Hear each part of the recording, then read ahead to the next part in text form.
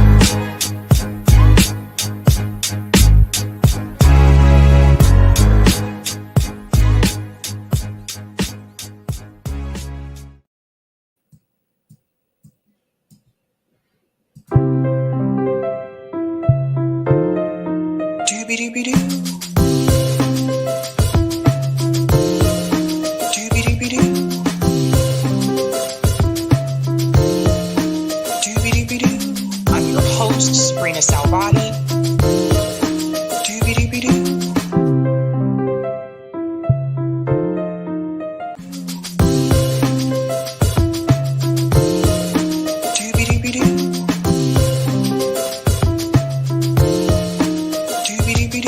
I'm your host, sabrinasalvati.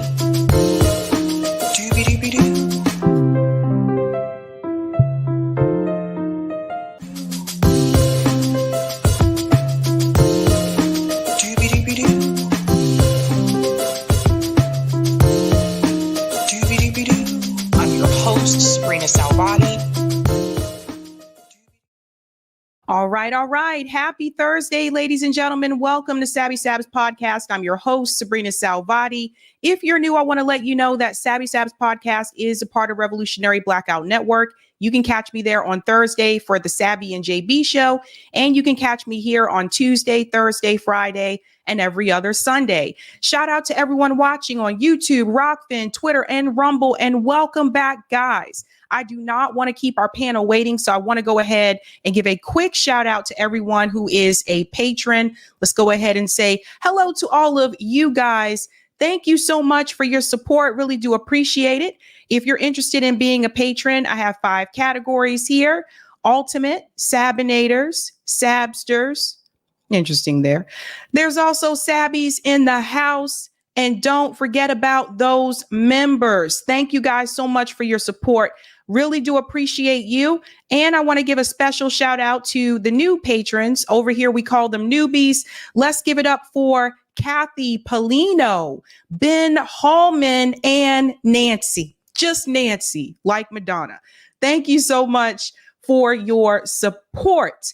And we're going to go ahead and show you the thumbnail for tonight, so we will not have to do this later on. We will do the call-in segment after the show tonight. So I want to show you what else we're discussing along with the panel. Tonight, we are discussing Cenk calls out AOC. Yes, epically. Epically. I love that picture of Cenk.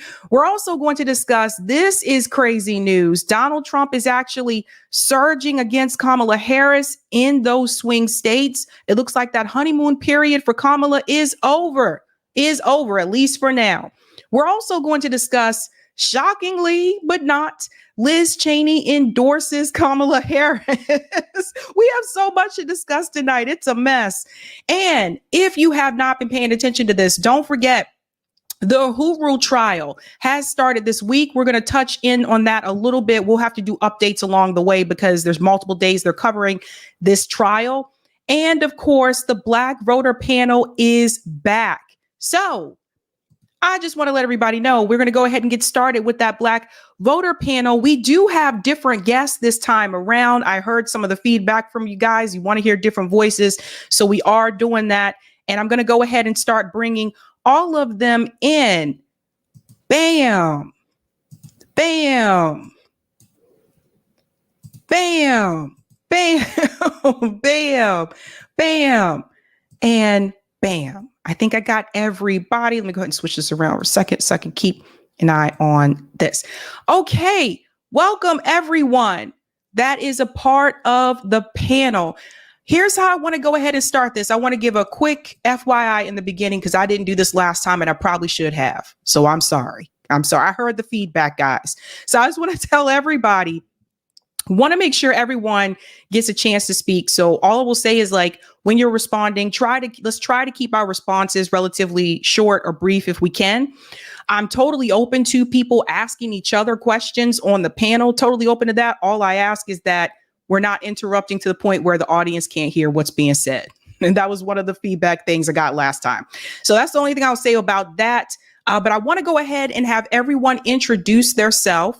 When you introduce yourself, if you can tell everybody who you feel you would support for president for 2024 and why. And that also includes if you're not supporting anyone. So if you don't want to support anyone, just say, I'm not supporting anyone. It is what it is.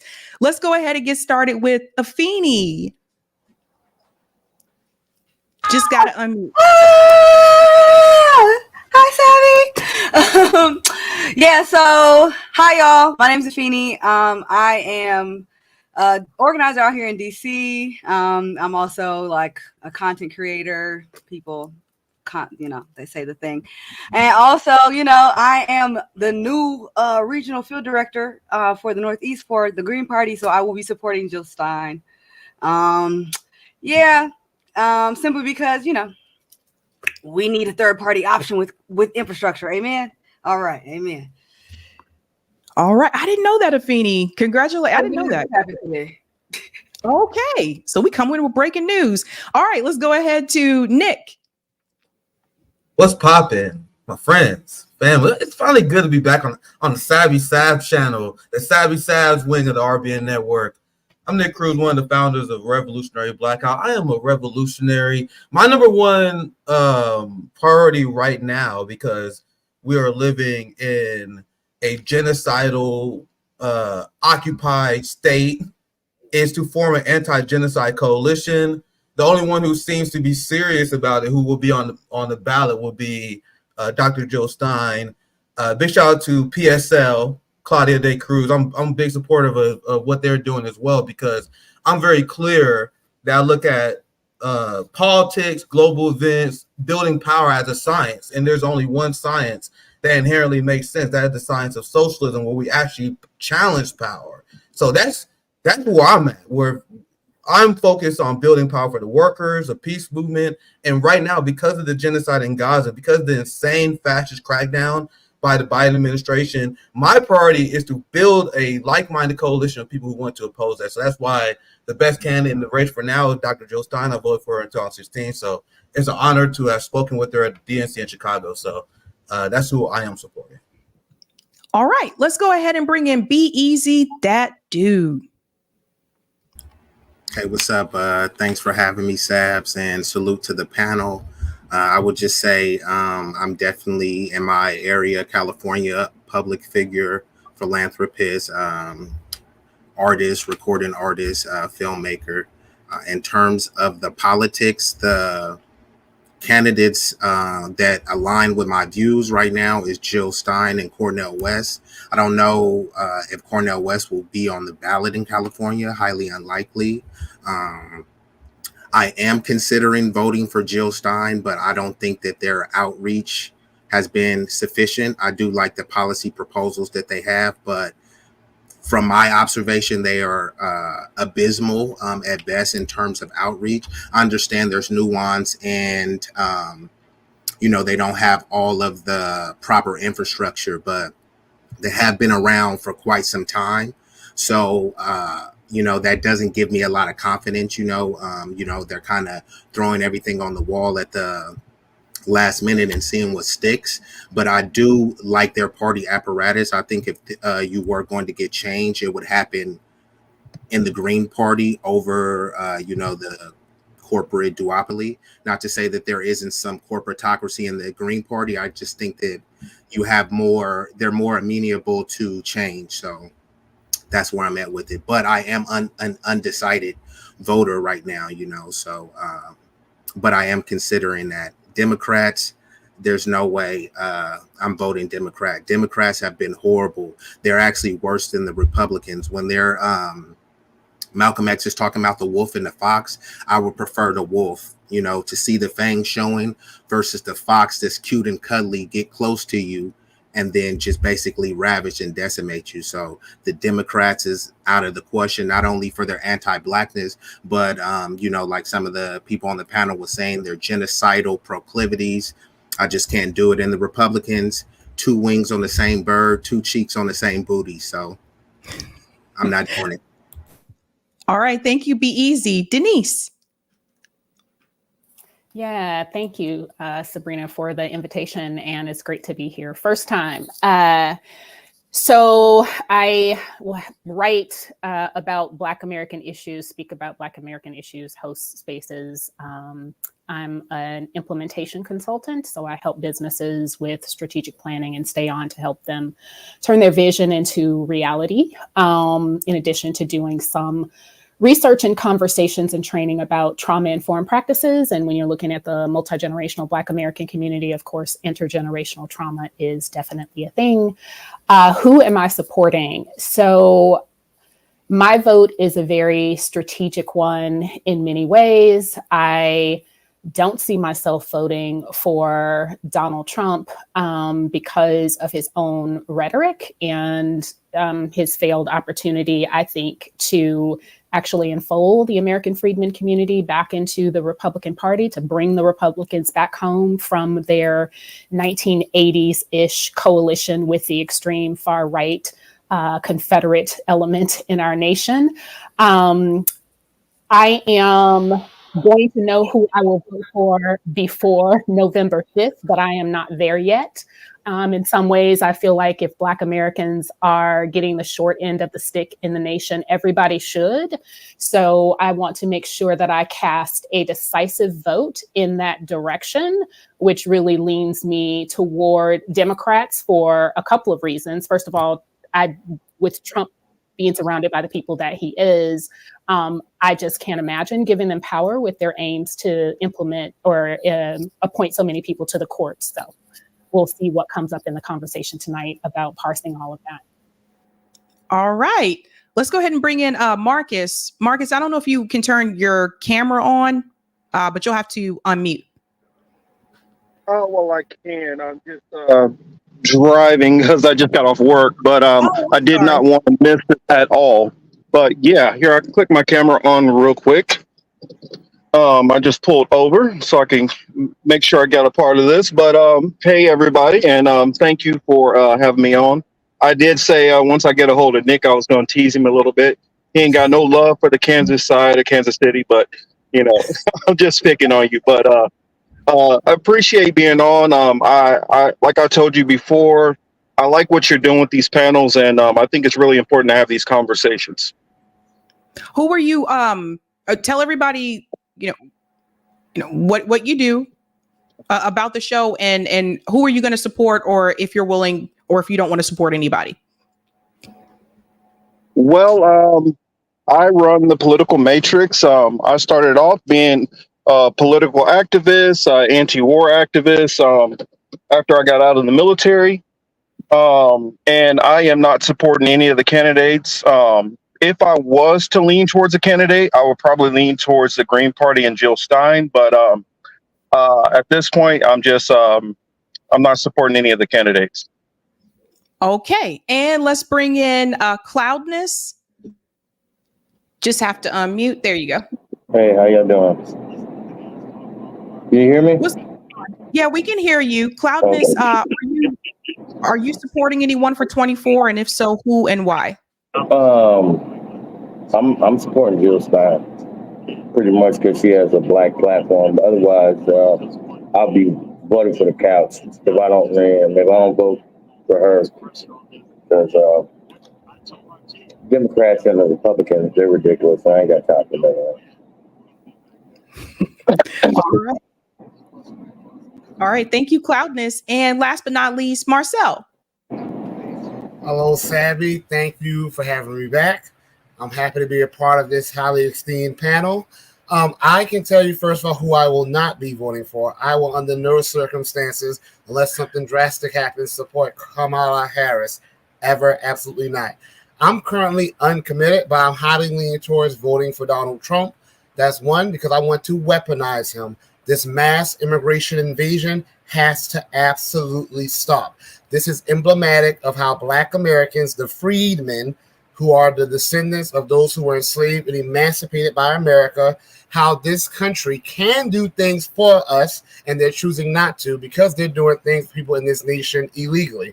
I also happen to like Donald Trump's education plan, which talks about discipline problems in public schools and how sometimes, a lot of times, some discipline problems just need to be removed and not put on the shoulders of teachers to solve. But I'm still currently uncommitted. I would love to vote for Dr. Jill Stein or Dr. Cornel West. Dr. Cornel West is running underneath the same party banner as I here in South Carolina, the United Citizens, but I cannot get with their open borders policies, and I also do not support the Black genocide. We talk about genocide. There's a Black genocide with elective abortion. 20 million babies aborted is not something I will ever abide by. So because of that, I just cannot support Dr. Jill Stein nor Dr. Cornel West, even though I would love to do so. Okay, so now we get to the issues. And I want to start with this question here. When we think about both of these parties, the Republican Party and the Democratic Party, and I want everyone to just be as honest as possible, how are both parties performing on issues that affect the Black community? Do you feel that if you had to give them a grade, would you give them an A, a B, a C, a D, or an F? And why? And why do you feel that way? What issue do you think is really important to you? Let's go to Afeni. Yeah, both parties definitely get a fat fucking F from me. You know, at the end of the day, what Black people need is reparations. What we need is culturally responsive public safety. What we need is educational funding. What we need is a whole lot of things, you know what I'm saying? So, and neither one of the parties are actually giving that. You know, the one thing about the Democratic Party is that they've weaponized identity politics in a lot of ways. And, you know, we have people like Kamala Harris, like Barack Obama, coming out here saying that they're for Black people, trying to say that they represent Black people. But when it comes down to it, they're legislating for white folks, they're legislating for Wall Street, they're legislating for everybody else but us. And I feel like Kamala Harris is the perfect arbiter for like true fascism in this country, because the Democrats, they can do what the fuck they want to do. But as long as it has a goddamn rainbow sticker on it and a Black Lives Matter sticker on the other side, they don't give a fuck. Like, if there's anybody that's going to usher fascism into this country, much like what Nick said, it's going to be the Democratic Party, because they're allowed to just do whatever the fuck they want because they let a Black person or Asian person or whoever the fuck else they're going to prop up next that's of color to do some fuck shit for the empire. You know what I'm saying? But yeah. Okay, let's go. Denise, how do you feel about this? When it comes to both parties, how are they performing on issues that affect the Black community? So everything in the nation affects the Black community. But when it comes to specific policies for the Black community, the Republicans don't give a fuck, largely, right? And the Democrats provide policies that are BIPOC POC when it add gender and sexuality and illegal immigration, like all the serial list of things. So in ways, whatever they do that's supposed to be for so-called minorities gets diluted to the preferred groups that they have special interest toward. I will say, you know, when you look at Biden and Harris specifically, their efforts have been targeted in a way that incorporates people at the lower echelons of socioeconomic status in general, but nobody is doing lineage specific policies. And of course, no one is doing race specific or race based policies, right? Because the Republicans, the fake Republicans, were very successful at gutting affirmative action and the other policies that were targeted toward the American Negroes, saying that you couldn't do things like that, which fortunately, and I don't see the Democrats coming out to say this, I don't see them really utilizing the June 2023 affirmative action decision from the Supreme Court. So I would like to see both parties do more with that, which does say that you can indeed implement repair and redress for the harms that have been committed by the government. The SCOTUS went so far as to say nothing in this ruling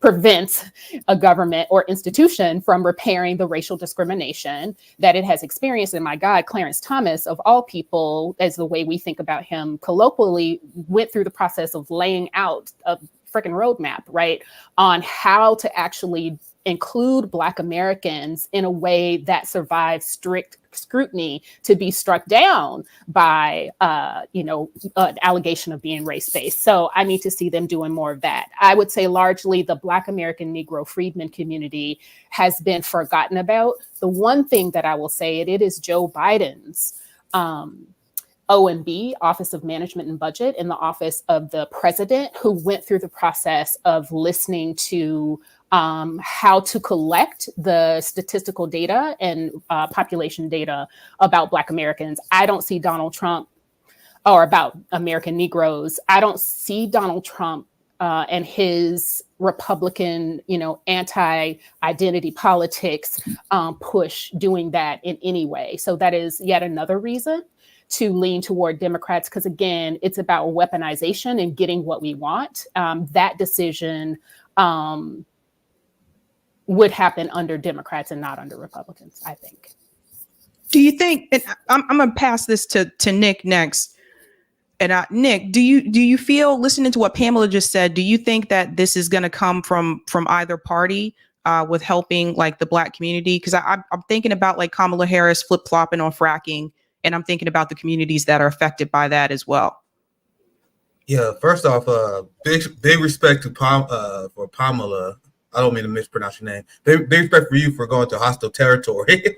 So I respect that you're so confident in your opinion that you want to go into hostile territory like this. Regarding what the Democrats do and don't do for Black Americans, I've always been clear that my critique of the Democratic Party is not what they failed to do for Black people. My critique of the Republican Party and the Democratic Party is not what they failed to accomplish for us. It's what they actively do against us. Democrats are building cop cities. As we speak right now, Democrats are criminalizing dissent, teaming up with Ron DeSantis-style Republicans to persecute the Uhuru 3 Black socialist movement. We are seeing Black people being targeted by the Biden DOJ because they are engaging in their free speech rights and criticizing the unhinged foreign policy of Genocide Joe. That's a giant threat to the Black community. The escalation of the cop cities, the importation of fascism coming from Israel. Who do you guys think they use that on first? You think they playing around and dabbling with fascism that they're going to use against the white suburbanites? No, they're planning to use it against us. It's not an accident that racial income inequality right now is worse than it was at the height of the civil rights era. So what happened? Black people embraced liberalism. Black people embraced capitalism. Black people became the oppressors. The successful people in our community became the oppressors. They started stealing the labor value of people in their own community. And then they ball out with rims on their car, watches, gold chains, and they steal the labor of our community. So mostly what the establishment actually accomplishes against us, which is why we can't really expect after the history that we witnessed of white America, and that's why I'm glad to be among my brothers and sisters, because I've heard a lot of these white people's feelings, but we can't expect white people who had a culture of violent imperialism. They hate their own poor. They barely do anything for poor white people. But people think we're gonna go through the system created by white people and they be happy enough to give us stuff by going through the official mechanisms. I don't think that's realistic. Everything that we've seen happen to the Black community is by design. One last thing I'll say, I know you want our answer to stay short. One of the reasons why racial income inequality is so bad is because civil asset forfeiture. Civil asset forfeiture is a big part of that. There were studies, I think it was South Carolina where Marshall is at, that showed that out of all the civil asset forfeiture cases, 61% of them impacted Black men. What do you guys think what do you think that impacts in terms of Black wealth? So we have Joe Biden who wrote the crime bill, but who was the enforcer? So it's not like you wrote the crime bill and people threw themselves in prison. You had Genocide Joe, Crime Bill Joe, who write the crime bill, and then people like Kamala Harris was his enforcers.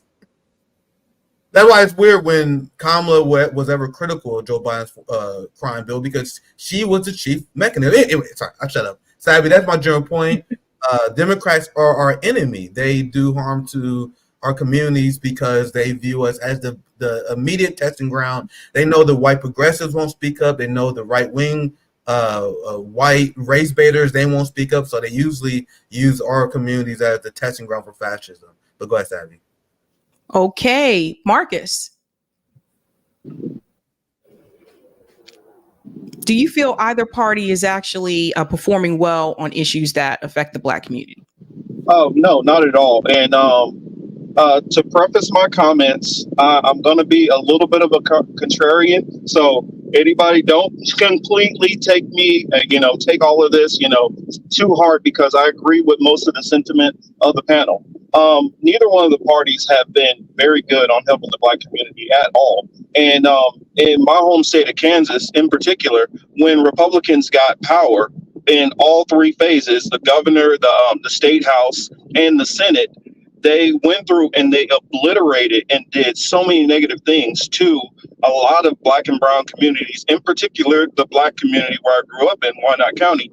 And I've noticed that, yes, the Democrats are complicit in the crime, but I found like the Republicans, it's almost like a systematic hatred and attempted degradation at taking apart the community. Whereas the Democrats kind of just do it because they're willing to get paid and they're willing to turn a blind eye to the problems that are persisting and going on. Whereas the Republicans, I feel, are taking a more active hand. Interesting point there, Marcus. Be easy, that dude. So what was the exact question? When it comes to both parties, the Republican Party and the Democratic Party, how do you feel they perform on issues that affect the Black community? I would say both of them, I'll give them an F-. In terms of the theatrics, I'll give the Democrats, an A-. They're good at the pageantry, the DNC, having people dance, twerk, shuck and jive, fish fries. They're amazing at that. But in terms of the tangibles, I have to give them an F, simply because how many times do they say Black women are the backbone, which they play into the gender divide? How many times do they say that Black people are the base? And then how are you going to reward the base? Do something for non-citizens. That's like your spouse saying, hey, you are the love of my life. How are you going to show my love? Go cheat on you with the neighbor. That's essentially what they're doing. It's like an abusive relationship where the person is coming back, cheating on you, giving you STDs, breaking you emotionally, physically, spiritually, and saying, hey, you ain't gonna find nobody better. They give the liberal version of the color purple on steroids. That's how the Democratic Party treat people. The Republicans are horrible, but most of the focus and when people are feeling disdain, it should be directed towards the Democrats. The Democrats get 90+% of the vote. So why would I be criticizing the Republicans 90% of the time when if the Republicans get 10% of the vote, they get 10% of the criticism? That's just how it goes. The Republicans are not saying that we're their base. The Republicans are not saying that Black women are the backbone. So the Democrats need to be punished and held account for their pandering. because they are not able to pander towards any other community. If people don't care about black people, substitute black people with Jewish and Asian people. And I've said this to Sabby on the after call. If Joe Biden had said, if you ain't Jewish if you don't vote for me, there would have been outrage. Heads would roll. People would advocate for Jewish people not to vote for him. When he did it to black people were saying, what about Trump? The black men that stood up, they called them Russian bots. These were the Democrats doing that. There was a Republican that brought up the California reparations bill. He didn't really care about reparations. It was a chess move, but it was the Democrats that blocked it. That is way worse. I'd rather someone call me an N-word to my face rather than you invite me over for dinner and go in the back room chuckling and calling me the N-word and undermining me. That's exactly what the Democrats do. They bring you in close enough, even with the OMB, which I do agree with that. I do support that. How many lawyers are in Congress? But they can't come up with any type of creative ways. Clarence Thomas laid the blueprint out. But what they want to do, they want to see how serious we are, go just before the finish line, and then, renege. We have to worry about this people. We can't do it because this foreign conflict. That is way worse than anything that the Republicans are doing, because they're taking you to the finish line, saying that we want to help you get across, and then they're stabbing you in the back right before you're able to cross. That is the definition of sinister, and I just can't support it. So I definitely don't support the Republicans, but most of the smoke should definitely go towards Democrats. Okay, let's bring in Marcel, and then we'll go to Cloudness. So both parties, it's a race to the bottom, and both of them are in China right now. So let's be very clear. However, I'm going to actually support what Be Easy said. The Republicans get 8 to 10% at the most of our votes on a national election. On a state election, even less. It is bad faith to expect the Republicans to do as much for us as the Democrats. Now, to be fair, I think that whether I'm your constituent or not, you should do policies to serve American citizens. Yes. But the way it works is that you are supposed to look out for your constituency. Black Americans, freedmen. I'm not talking about black immigrants. Freedmen. We've been voting as a captured electorate since the 1960s for the Democrats. And we are to the bottom in terms of wealth. We're to the bottom in terms of land ownership. We are the highest in poverty. We are the highest in homelessness. We are the highest in murder. We are the highest in academic failure. We are the highest in foreclosures. You name the negative statistic, we are overrepresented. You name the positive statistic, we are to the bottom. That is at the feet of the Democrats, not the Republicans. Are the Republicans trash? Yes, they are. But if we already know they're trash, then why are we even discussing them? It's the Democrats who say that they are the best party. It's the Democrats who say they have our best interests at heart. And Denise, I absolutely admire the work you do, but I have to push back on some things. Yes, the Democrats did the OMB. And what good did it do? They ignored us. They literally made notations of what we said and ignored the hell out of us. But they listened to the Middle Eastern and North Africans. They listened to the Asians. They listened to the Hispanic and Latinos. They ignored the freedmen. So what good was all that? Like Be Easy said, it was pageantry. As far as identity politics, I'm warming up to Trump. I hate the Republicans. But Trump actually did embrace what you would call identity politics when Ice Cube asked the Biden administration, was a campaign at the time, and they asked the Trump administration, he said, who wants to sit down and come up with a contract for Black America? It was, if we're going to be fair, Donald Trump campaign that immediately reached out to him and sat down with him. And that's not just something of that election. Look at me. Who am I? I'm just a little small town teacher. I have even had conversations with people from Trump's team. I've had conversations with Dr. Darrell Scott, and I've had conversations with, I cannot remember his last name, Kareem, the guy who wrote the Platinum Plan, about status-based policies. Do you think anyone from Kamala Harris's campaign has reached out to me, or Biden's campaign? No, because they think that we as Black Americans, we live and exist just to vote for them. That's the disrespectful attitudes the Democrats have. Look at what happened in California. I was screaming from the rooftop that it would be the Democrats who would sabotage the reparations bill after taking credit for bringing it up. And that's exactly what happened. It was a Republican who did not agree to reparations, admitted he did not support it, but felt that if the Democrats are going to say they're for it, then hold their feet to the fire and bring it to the floor for a vote. I cannot stand when we absolve the Democrats of responsibility and say things are not going to pass, when they bring up bills all the time that don't pass, and that never stops them. But with reparations, they have to make sure it's going to pass when they bring it to the floor. No. I also want to say, we talk about American freedmen specific policies, which you know I support, Denise. It was the conservative justices, like you said, Clarence Thomas, please forgive me, I'm going to mispronounce his name, Neil Gorsuch. Sorry, Neil Gorsuch, Kavanaugh. They are actually the ones who said that race-based out the window, as we all knew that would happen, but lineage status-based, they even mentioned freedmen, is something that will be okay. They made that argument. I want to just end with this analogy. If I get a burger from McDonald's and my cheeseburger is undercooked, I'm not going to run across the street to the Wendy's because I went there 8 times out the air. No, I'm going to go to that McDonald's that I've gone to 9 times out the week and hold them accountable. So while both parties are terrible, it is the Democrats who have largely failed us, and that is a fact. Okay, it's getting hot in here. Let's bring in, we're going to let Cloudness respond. And then I know, Denise, you want a chance to respond. Then we can respond to some of the things that people said. Cloudness, has either party you felt done a great job with Black issues? I think I should have went first because they pretty much covered everything that I was going to say. So, I mean, I'm not the only angry Black man in this damn panel. So I can speak and move to the next question. Okay. I'm sorry, Cloudness. I'll come back to you first.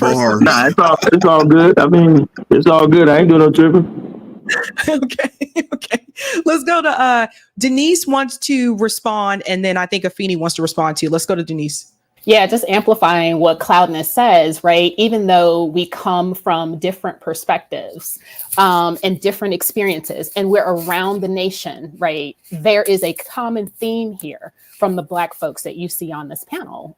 And that's not just something to throw out in passing. It's significant that we're supposedly the base for the Democratic Party, and we can agree on the fact that they haven't done enough for the American Negro freedmen in particular. So a couple of things. So while I don't support either candidate at this point, I said what I said about, how I might vote on November 5. I think it's important for us to realize, and for the listeners to realize, that we couldn't have got to this state in our nation, regardless of what you're looking at, whether it be education, the cost of housing, the fact that Black Americans in the 2008 housing crisis lost a significant portion of our wealth, the fact that during COVID, many Black Americans were not able to get funding for their businesses to stay in business. And we lost, I believe, some 30 to 40% of Black-owned businesses in the nation during the initial closure of COVID. We couldn't have gotten there with mass immigration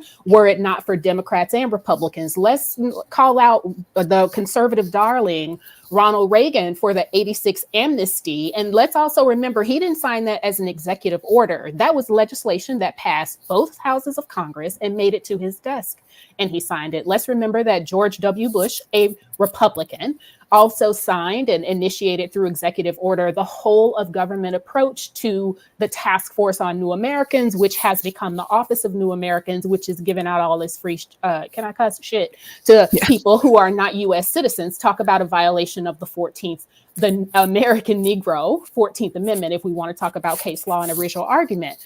So here's what I wanted to say. I too have talked to the Trump campaign, but here's what I was told verbatim. Trump is never reparations. He will bring back jobs that are paying $150,000 or more, and it's going to be about the same thing. Now, for those of us who know anything about the wealth gap, we know that that's absolute complete bullshit, and that's not true, which tells me that the campaign is ignorant in many ways. And so I think that The OMB issue, which I wanted to address, is I did get a conversation to talk to the current director of the OMB personally. And what they decided to do is not ignore us, though we had hoped they would make the decision given the extreme levels of scholarship and also support for the creation of a category, population statistical category for the American freedmen.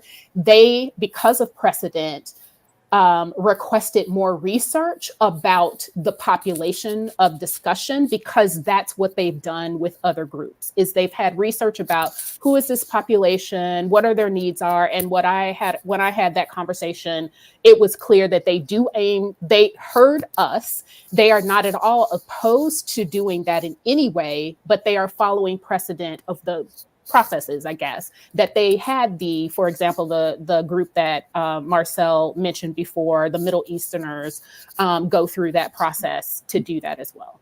So. Okay, I think Afeni wanted to respond as well. Yeah, I mean, I just think I want to make it very clear, like, the Democrats are chasing the Republicans to the right, and the Republicans are chasing after a white supremacist utopia and an expansion of the fascism that already exists in this country. So I think that, like, I don't know, maybe I'm one of the only Pan-Africanists on the panel, you know what I'm saying? But all of the fire and all of the ire that we seem to have for immigrant populations, which, you know, many Black immigrants, they get deported at a higher rate than, the other folks do. So, I mean, I just think, like, I don't know. I think my vision for this country, it does go past reparations. It goes past to the complete and total destruction. It goes to the complete and total destruction of the white supremacist culture, of the capitalist structure, because no matter what happens, if Black people in this country aren't safe, Black people outside of our borders aren't safe. So I'm really just trying to understand, like, why Black liberation isn't, like, why is that not a little more global? Like, I'm really confused about that, because if we are 13%, they tell us, of this country, I think there are more of us than that. I think there are way more of us than that. And if there are, let's say, and I will say, Africans, they traveled and they were all over the globe. So it is very possible that there were Black people here before these white folks got here. Very, very, very, very possible. It's very possible there are Black people that are indigenous to this land, because all life starts in Africa. But I guess, like, I'm hearing what everybody's saying, and it's just like, it seems like we are, I don't even know how to explain it. It's like, it sounds like there are certain parts of this that sounds like we on panel with, like, white Republicans. And I'm just trying to understand, what I'm saying, like, if we are seeking, because I don't know, maybe y'all are cool with the capitalist infrastructure of this country. And if that's the case, I mean, we can have that conversation from that viewpoint. I would love some clarity on that. If people are capitalists, communists, yada, yada, yada. But yeah, like, what I guess I'm trying to understand, like, what's the issue? Because, and also, let me just say this last thing, because I already know the FBA niggas, I can hear them in my mentions. All right. Yes, my grandmother is Jamaican and Panamanian, but the other 75% of me is from this motherfucker right here. So let's, all right now. So before we even start that, let's keep it cute. All right. I just genuinely, I just want to know, like, are we fighting for the destruction of the capitalist infrastructure? Or are we fighting to uphold it? And is reparations a stopping point for, like? I can answer that. I don't know, Sabby, you let me know if it's my turn to vote. I can answer those questions. I'm asking you. I'm asking Denise. I'm asking Cloudness and Be Easy. I was going to pivot to Cloudness first, because I know he hasn't said as much. Cloudness, did you want to respond to Afeni before I go to Marcel? Okay, he said go ahead. Okay, go ahead, Marcel. We're not fighting. Okay, Black liberation's fine with me, but that's not my fight right now.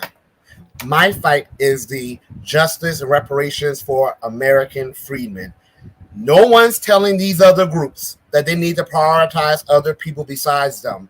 And I strongly resent, and I will not be told, and my people will not be told, that we have to prioritize the whole world instead of ourselves. Self-interest is something other groups have practiced many times, and it's something that the freedmen have practiced for centuries up until modern times. As far as immigration goes, I don't care if you are a quote-unquote black immigrant, white immigrant, polka dot immigrant. If you're entering this nation illegally, you need to go. That's point blank, period. But I don't have all the ire for the illegal immigrants. I also want to go after the corporations who incentivize the illegal immigration. I also believe in going after the politicians. That's the Democrats and the Republicans, as Denise brought out, who incentivize the illegal immigration. But it's not just illegal immigration that's a problem. Mass immigration is a problem. And that includes even legal immigration. It is not a new chain of thought for Black Americans to realize the harm that immigration causes. Frederick Douglass realized the harm immigration causes. Booker T. Washington, W.B. Du Bois, A. Philip Randolph, Coretta Scott King, Marcus Garvey, who was an immigrant himself, Barbara Jordan. I can be for reparations and also be against mass immigration. And I can be for myself while also not wanting to be for the harm of others. Me being for myself is not about hatred of others. It's about love of myself. And I will not apologize for love of myself. And I will not be made to carry the water for other groups. First, the first time in modern history, Black Americans are being self-interested after fighting for civil rights and seeing our civil rights benefiting other groups. Because a lot of those immigrants you mentioned, a lot of the reasons why they're able to come here and benefit is because of the civil rights that my parents, not my grandparents, not my ancestors, my parents fought and bled for. Great-grandparents, my great-grandfather just died at 100. Okay, my great-grandmother died 101 in 2015. These are things they were alive and fought for. And instead, as Denise mentioned, or someone mentioned, I'm sorry, I don't know who mentioned it, Black Americans, freemen, we have less homes now than we did during the days of Jim Crow. Our wealth is heading backwards. So how did we benefit from our civil rights movement? But I can show you how other groups have. So there is nothing wrong with us being self-interested. That's what we are. Now, we could talk about capitalism. We can talk about all of that. But I am a reparations first and foremost. So Black liberation, hey, do your thing. Reparations for the question is my thing. Quick question. And I'd love to address that as well. Well, Denise, let's let Nick go ahead, go. Denise. Or, yeah. I just had a question. So, do you view immigrants as an obstacle towards getting reparations? How does spending billions, it will take billions to end the immigration crisis, and that's with a neoliberal approach. And what the Democrats and the Republicans are proposing is a neoliberal police state solution to the immigration crisis. Do you hear them saying ending sanctions? So is the implication, Marcel, that if we spend billions on immigration enforcement, that white people give us reparations? It's not about being self-interested. It's about having good strategy.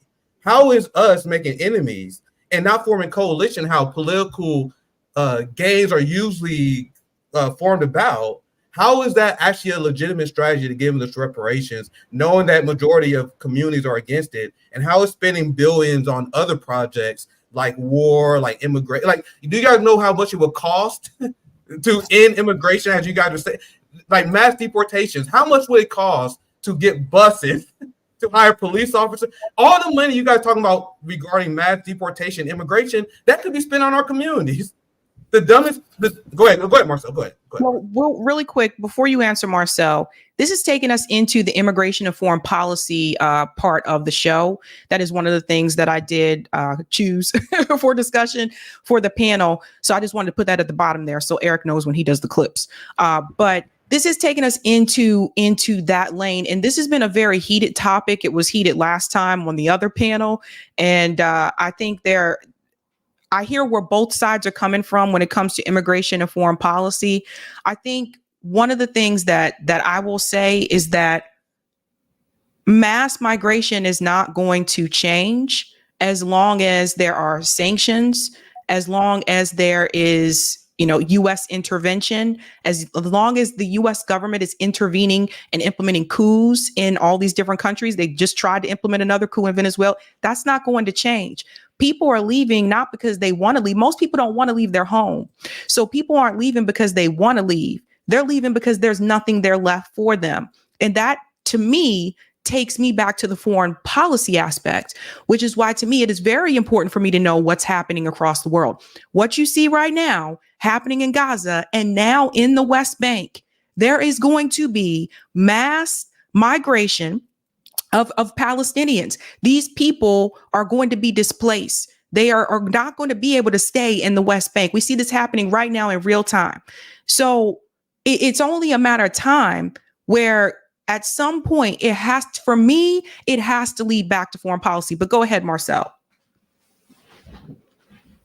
Nick, it is costing us trillions facilitating this mass immigration invasion. Trillions. In April 2021, the Washington Post said they were spending $69 million a week just on children in this country illegally, just on the minors. So it's costing us trillions right now facilitating this mass immigration invasion. And as far as billions go, the illegal immigrants and legal immigrants, they're sending billions back to their homelands. And Sabby, I agree with you. It is a holistic approach we have to have. But I'm going to bring up some other points. One, these illegal immigrants in the countries they're from, it's not always America ruining their countries. I'm never going to defend America on the world scene. You know who's been primarily devastated by America? Black Americans have. We know all about America devastating countries. And what do? We stand in our nations and fight. Second of all, sometimes those immigrants, their people are ruining their nations. And they leave their nations, and they don't leave because they are in danger physically. They leave for economic opportunity. Some of them will just say they want to come to America and have economic opportunity. That is not the purpose of the asylum process. That's not the purpose of, I want to finish answering your question. That's not the purpose of the asylum process. We aren't here for you to come and have economic opportunity. Economic opportunities for Americans and Americans first and foremost. Some come here and take advantage of this insane birthright citizenship that we have that we're probably not even supposed to have. Next thing, Sabby, if they want to go and leave their country because they're not safe, the Palestinians, for example, they have a whole bunch of countries in the Middle East they can go to. Not here. You have people showing up at the border of America from Senegal, from Vietnam, from China, from Qatar, all these other countries, and they're skipping tens and tens of other countries just coming to us because they know America is going to facilitate with trillions. And second of all, Nick, we don't have to do a mass deportation program. What you do is you make it so hostile to be here that they leave. You make it illegal. You enforce the laws we have on the book that makes it illegal for them to get a job here. You should make it illegal for a non-citizen who is here illegally to rent a home or to buy a home. You do that and they will self-deport. Because, yes, they are taking those black jobs, and this country is showing they can give resources to people. They just choosing not to do it for us. So I'm sorry, some of you. I have a question. I'm sorry if you get offended for immigrants. I'm getting offended for my people. I'm not offended. I'm not offended. I'm just trying to get. I'm just trying to understand. No matter where they're from. Black people, period. I get offended for black people. I'm worried about American freedmen. I'm worried about the freedmen. You worry about black people, period. I'm not offended. I think this is an interesting conversation. I'm very interested in hearing your point of view. Do you think asylum is a legitimate form of immigration? I think asylum is something we should have, but I think it should be something that's initiated by the country, not for anyone to show up at our borders and say, hey, I'm seeking asylum. Immediately, they do catch and release. We never see them again, and they're getting trillions of dollars and sending billions back to their nation. And I just want to reiterate, this is about me loving my people. You know what bothers me about this whole immigration discussion? It disgustes me. I'm not talking about you, Nick, necessarily. I'm referring to you. People get so offended when you talk about the illegal immigrant. They get so offended, they get so bothered. Oh, the rhetoric bothers me. But my people suffering doesn't bother you? My people who have not gotten justice doesn't bother you? Hold on. I'm gonna mute everybody. Hold your motherfucking horses. hold your motherfucking horses, okay? Because let me tell you, first of all, you don't know me. You don't know the work Obviously, I know enough. Okay, I know enough. You don't I know enough. shit. But what I do know for a I've fucking heard fact, enough. what I do know for a fucking fact is that the foreign policy that this country participates in, the foreign policy that this country participates in, is the reason why this country is able to torture black people in this country. Are you fucking serious right now? All of our money, all of our wealth, all of our labor. Let me fucking finish, because you just said all that bullshit. Person doesn't make your point more legitimate. Person doesn't make your point more legitimate. Being loud and using profanity doesn't make your point. You can let me finish. I had to mute you. Let me let her finish. I don't back down to nobody. Please calm down. Like, come on now. But at the end of the day, the foreign policy that this country participates in is the reason why they are allowed to carte blanche continue to torture black people. All the shit that they're testing over in Gaza. When do you think that shit's coming to Southeast? Because the police just shot a black boy. No, for real. The police just shot a black man in his fucking car. That shit is real. When do you think that shit is coming to Southeast? They've already bombed us on our soil. Are you joking right now? So yes, I get offended when people are more mad at people whose countries are being destroyed by the World Bank, that are being destroyed by the IMF, that are being destroyed by the West,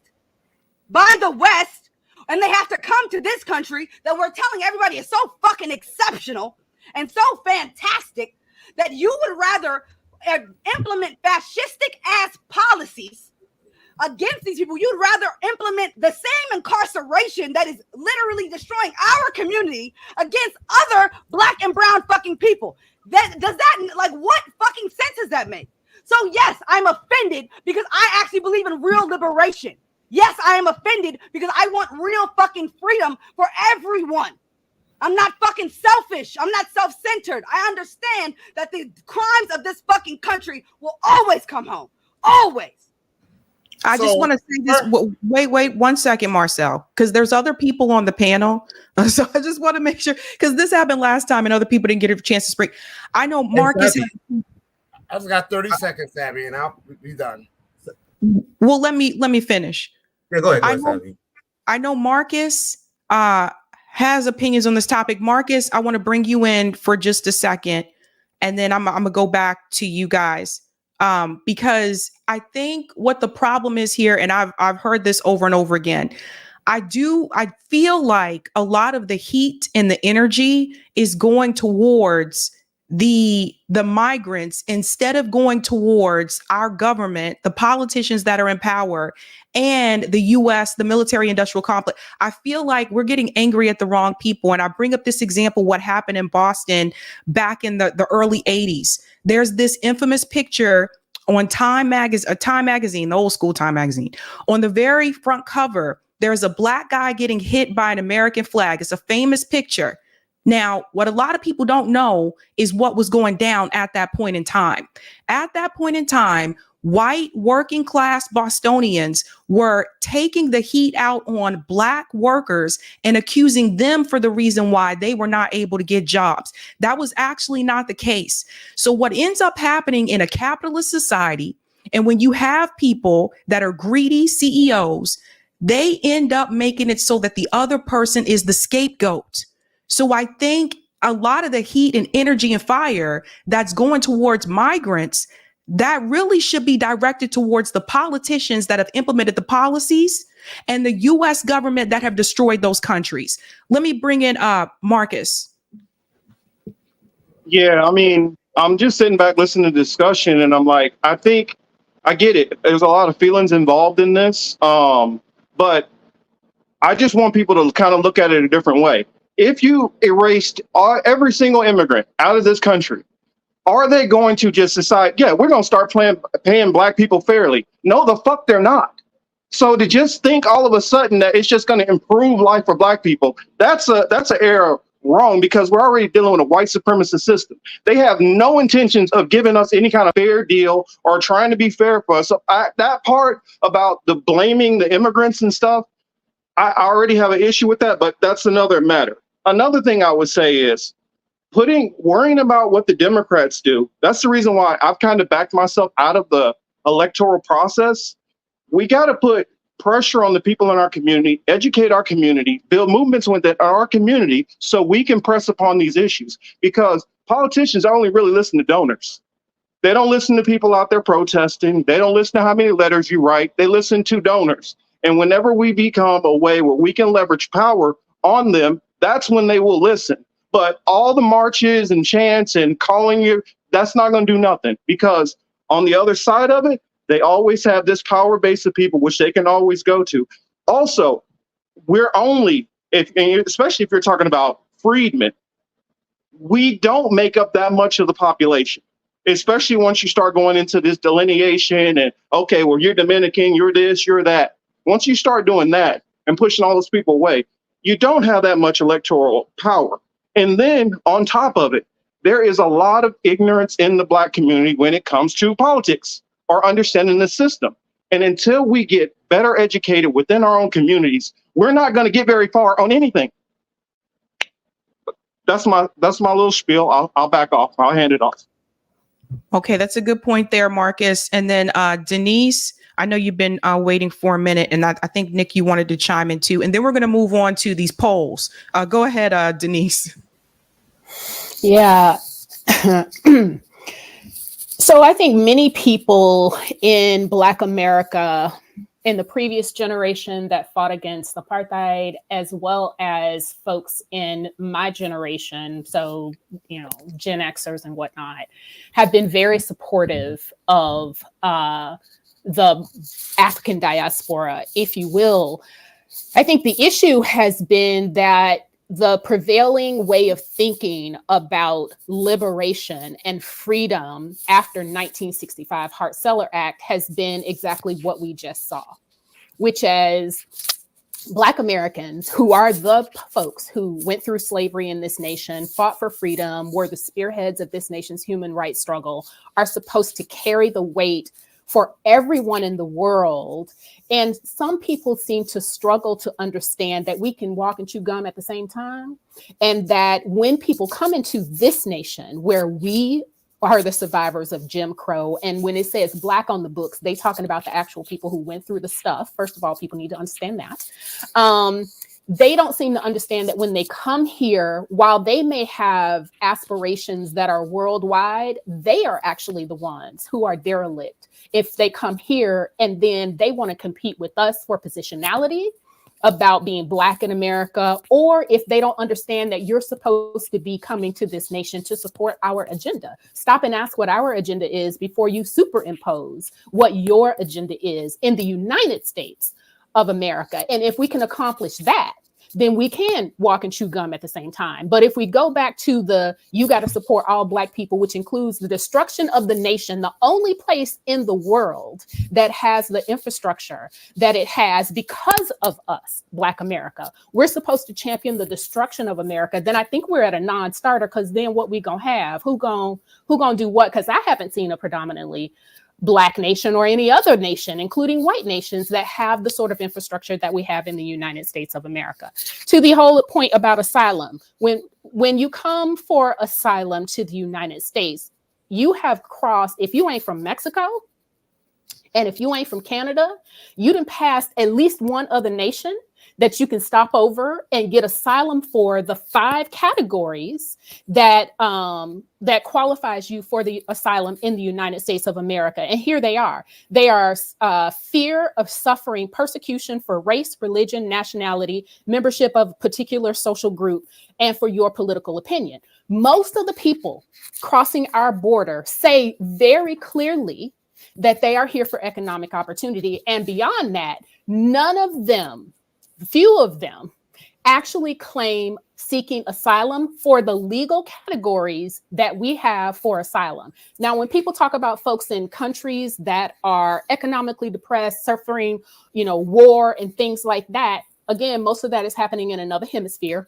There are 31 first world nations. Many of them are on the eastern side of the globe.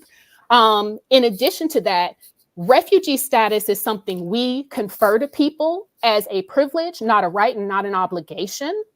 And so to think that our United States of America is supposed to actually take in even 25% of the people in the world who are considered impoverished, obviously means that we are creating a situation for competition for resources, stressed infrastructure, housing prices, food, education, hospitals, and all of that on our own people. So I think there are some ways that there's pie in the sky when it comes to taking care of the whole world. And Marcel is absolutely right that we need to make sure that we're prioritizing the Black American, Negro, freedmen, and America. It doesn't mean that we don't also, for those who want to do it, who want to be Pan-African, right? Because your Blackness ain't, card ain't gonna get snatched if you're not a Pan-African. But for those who want to participate in the liberation of Black people globally, they can do that in addition, is my perspective. Nick, I think you wanted to chime in real quick, and then I'll go back to you, Marcel, and then I'll bring in easy as well because it's Yeah, I was for one, I don't think advocating for ending U.S. sanctions is like pie in the sky. It's something that can be easily done. It's something that our ruling class refused to do. The reason why we're asking about asylum, why do you guys think? Do you guys think it's a coincidence that Venezuela, Cuba, Haiti, the countries that the United States sanction and destroy, they are our highest percentage of migrants? Is directly tied to United States foreign policy. And if you're not talking about ending sanctions and U.S. imperialism, you're not serious about the issue. The only thing you're advocating for is to spend billions and billions on immigration enforcement. And also another, what I'm hearing from a few people on this panel, which I don't understand, is you guys are advocating for the scarcity myth. You guys know what the scarcity myth is? You guys are implying that by spending money on immigrants, we won't have enough money on Black people, promoting this false idea of scarcity, despite the fact that trillions go to corporate bailouts, that trillions go to war. So since you guys are ignoring that, you are doing white people's bidding. And to be honest, it sounds like you guys are tap dancing for white people, because instead of calling out the giant budget spent on military, police, and the amount of money we spend on other stuff like corporate bailouts, you guys are focusing on scarcity and pretending that white people are pouring all the resources into immigrant communities, which is absolutely not happening. The same money that we are demanding for reparations, the same money we are demanding for our community for healthcare, is the money that they have. So the idea that we're going to look at other communities who get in a very small piece of the pie, it sounds like you guys are begging for scraps, and it's embarrassing, demonizing immigrants and pretending that, oh, if we join white America and there's all the immigrants, they will then give the resources that they're giving to immigrants. That is ridiculous. And it seems like there's not a real serious path to actually getting reparations. You guys are looking for a shortcut.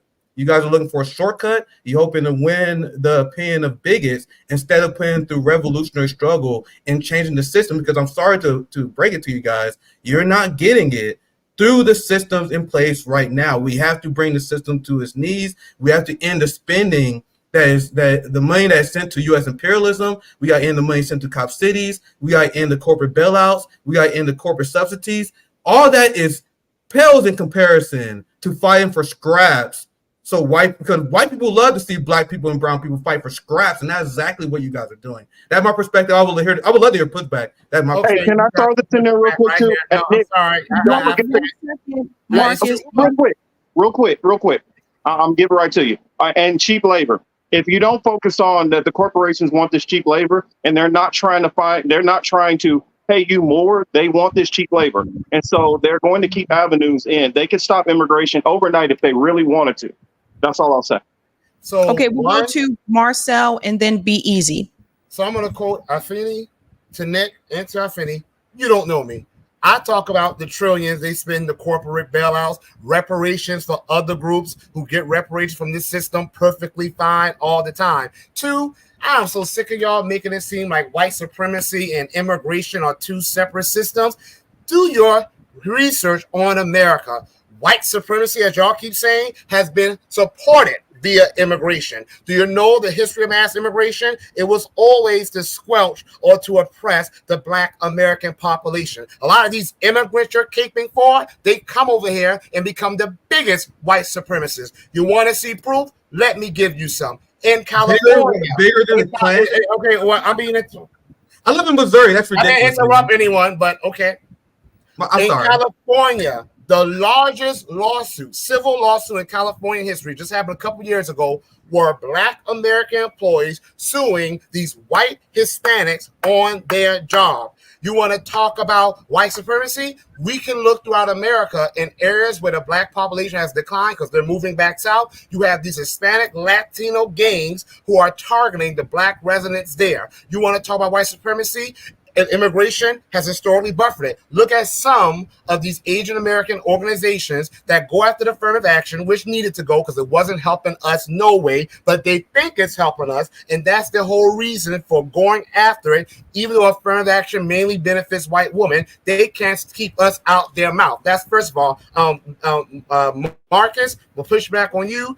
We're not enough of the electorate. Excuse me. Asian Americans are a smaller number, get way more than us. Native Americans are a very small number. Native Americans are a very small number and just got a historic amount of funding from the Biden administration. Black Americans are undercounted.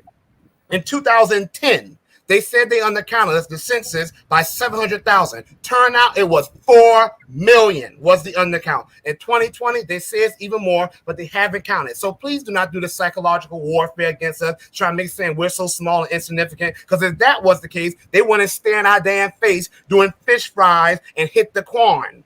Okay? Number four, scarcity. Nick, is not about scarcity. It's about self-interest. Y'all can call it self-interest all you want. I don't care. I embrace it. It's about self-interest. Do y'all not know the history of immigration? Do you not know that when the Irish and Italians came over, the first thing they did to assimilate was to attack people who look like y'all black asses? Do you not know that? Do you not know that even with immigrants who look like us, y'all think black and brown? I don't know who these brown people are, but do you not know that some of them are running for office right now on platforms that hurt us? Going back to California, the biggest opponents of our reparations were Hispanic people who were saying that they're immigrants, so they shouldn't have to be responsible for paying. Byron Donalds is like you, Afeni. He has Jamaican and Panamanian heritage as well. And he was against it because he said, well, I'm an immigrant, so I shouldn't have to pay for it. So y'all are sitting there caping for groups that don't give a damn about It's not about caping, man. They don't give a damn about you. So Nick, you're making that up, man. You're making it up. It's nothing about caping. It's about strategy. I'm going to end this now, Sabby. It had nothing to do with caping, brother. I'm going to end this, Sabby. 5 seconds. You're talking about building coalition. Excuse me. The most important coalition we have ever needed is as Black Americans, the freedmen. How's that going? How's that going, Marcel? Excuse me. I'll let you know how it's going. Let's go. Can I ask this question? I'll let you know how it's going. We got through slavery on our own. We got through the civil rights movement on our own, and we don't get reparations on our own. That's not even true. Get your popcorn and enjoy the show. I have no idea what you're talking about. Almost. Let's go to. Don't be talking down to my people. Don't be talking down to my people. Let's go to Be Easy because we'll get to the reparations, the reparations thing in just a second. But let's go to Be Easy because I know he's been waiting, and this happened last time. Be Easy. So let me go ahead and bring you in, and I'll go to Feeney. Then we're going to move on to the poll. Go ahead, B.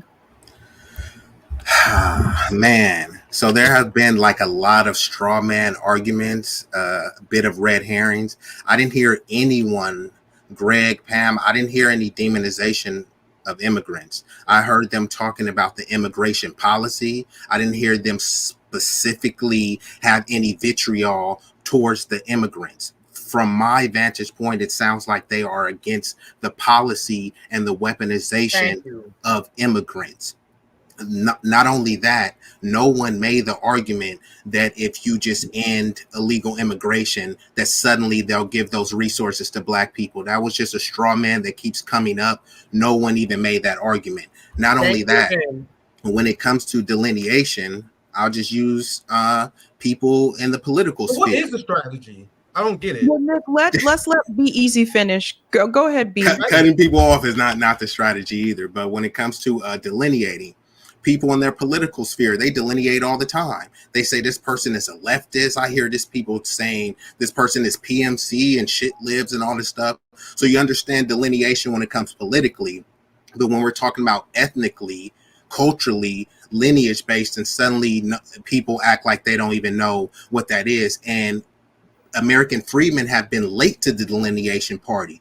We've been that one drop rule, which was inherently racist and bigoted, that was outlawed after 67, and we still been welcoming everybody. We've been the most welcoming, welcome people into the cookout. A bunch of the Boule members who no one likes now, Jesse Jackson, Al Sharpton, they are the ones who came up with that term African American, which is all inclusive, but it also is a way to undermine. So now that people say, you know what, let's just delineate. Doesn't mean that we hate this group, but we are saying that we are from a different lineage. There are some people that are probably hateful, just like it is some Pan-Africans that are hateful. I'm not talking about that. I'm talking about the sensible people that are saying, yes, you may be racially black, but ethnically, culturally, you are from a different lineage. And that is nothing wrong with that. I always tell people, when you go to Chinatown, they don't want a Koreatown nowhere near there.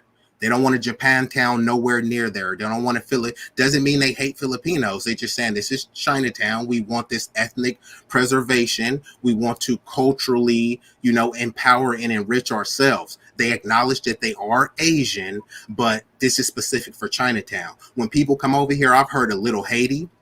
I've heard Little Senegal, Little Havana. There's not a little African American town. There's not a little freedman town. They are specifically delineating. And I would say that when they make a Little Haiti, I'm giving them the benefit of the doubt. I don't think they're doing it simply because they hate freedmen. But when we say, hey, we're delineating and we're from a different ethnic group, doesn't mean that they hate people. So that's another straw man. But no one has to take my word for it. If you look, many people, like, I don't know why you did. Like, you were saying we made it. I did not say that. Okay. I didn't say that. And I also I want you guys to explain the strategy, because you guys say that we Nick, are. Hold on. Tell the immigrants. Tell the immigrants. You wasn't even next in line to for speak, fixing up their own Nick, country. too. How about you talk to them about their strategy? Don't come talking to us about our strategy for getting reparations. Because I care about reparations. I want a coherent strategy. I had to mute both of you because Be Easy was still speaking. Yeah, damn. So look, so now since strategy seems to be the word. I'm sorry, Sabby. Strategy seems to be the word of the moment. Let's go with that. I'm hearing people saying, okay, we need to build these coalitions. So the reparations that just got failed in California, the Latino caucus has a bunch of influence. Where were they at? Where was the coalition there? Every time it's only black people that are talking about black and brown. When you look at don't take my word for it, look up the Congressional Black Caucus. They're talking about disabled people, distressed people, immigrants, non-citizens. You go to Hispanic caucus, Hispanic only. Asian caucus, Asian only. Where's the coalition building? Most of the coalition that these people claim to build is only symbolic, only rhetorical. It's nothing tangible. People are not willing to put their life on the line. People are not willing to put their political future on the line. But several Black Americans have done it.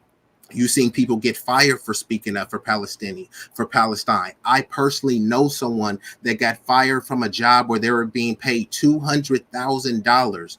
And they were speaking up not for Black Americans, but for Palestine. And I'm not saying that's wrong. I'm just saying that's not going to be everyone's fight. So in terms of the strategy, when a plane is crashing and they say, what do they say? Put the oxygen mask on you first. It don't say look at who's next to you and put it on them first. It says put it on yourself first. That way you have enough strength and wherewithal to be able to live and fight another day.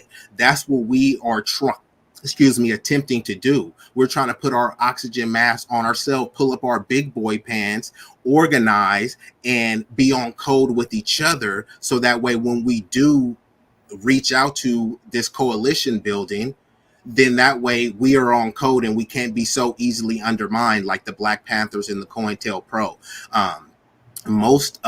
They did a study there's Duke and a bunch of other people. They did a study and said the majority of these immigrants come over. They mainly were talking about Hispanic and Asians have an anti-Black sentiment when they come over here. And these are the people that we're supposed to welcome with open arms. Now, look, I'm not saying they should be demonized or generalized, but they're coming over here with a negative generalized view of us. But we're just supposed to say, oh, you know what, grovel to them, explain to them, here, let me explain to you reparations. Here, let me try to plead to you so you're not anti-Black. Like, they should be coming over here and building with us. They've already seen what we've been.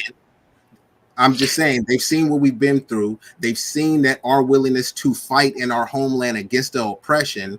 You say that they're fleeing oppression, and they come over here to side with the oppressor. The same white supremacists that you talk about, and this is according to Pew Research, you keep bringing up white people. 58% of Hispanics consider themselves white. So you talking about the white Hispanics? Exactly. That's you make my point, brother. Exactly. I'm just saying, like, no, I don't think I specifically say if you are anti-freedman, anti-Black American, and that doesn't matter. Like, there's many of people that are freedmen that are against freedmen, people that are Black immigrants that are against immigrants. So I don't make the distinction. It's either you're anti-Black or not. So I'll add this part, and then we'll go to Afeni, and I want to wrap up this part of the discussion so we can get to the polls. But I just do want to say, I think the first time I really noticed this is when I moved to New York City, and then the second time was when I moved to Boston. And for me, that was when I saw the separation among the diaspora in different communities. And I'll give you an example here. For example, here it is not uncommon that if you are Brazilian and you move to the Boston area, it's not uncommon for you to choose to move to Framingham, Massachusetts, because there's a larger Brazilian population in Framingham. If you are coming from countries in South America, it's not uncommon for you to move to East Boston or to Chelsea. So what I noticed when I moved to more the urban cities, I noticed that people tend to move to places where there are people like them. So if you are immigrating to the US, and say you are immigrating to the Boston area, let's say that you're coming from Haiti, you're more likely to probably move to live in like Mattapan. So people tend to go to the areas where there are people like them. And particularly if you are coming from another country and you just don't know the culture here, that's not uncommon. It's not going to be uncommon for people to do that. We do that amongst ourselves. We do that as Americans. We do that. Like, people tend to gravitate towards, read the book, Why Are All the Black Kids Sitting in the Cafeteria at the Cafeteria Together? Read that book, and it'll explain to you why people tend to do that. So Sabby, there is that part of it as well. I think that also it has been brought to my attention by friends that I had in college that did immigrate to the US, that did make it clear to me that they were told when they came here that the people that they should try to surround themselves with are other internationals who also immigrated to the US because they have a similar experience. That makes sense. Just like when we moved to Germany, my parents tried to obviously organize and meet with other Americans. Like that makes sense. But also, it has been brought to my attention that they said when they come to this country, they're trying to achieve the American dream. And they are told their best way of doing that is to align themselves with their immigrant population, but also with white Americans, because they are told that their best way of achieving the American dream is to do what white Americans do. And I think that's part of the problem as well. And I've had people tell me that to my face. So let's bring in Afeni. I mean, Miss Denise, I follow you. You know what I'm saying? I know you're a very intelligent lady. Marcel, I not only supported your campaign, but I've been following you for a while. You know what I'm saying? I know y'all are very, very smart Black people. Be easy, I don't know you, but I like your shirt, brother. You know what I'm saying? Smart choice. Anyway, but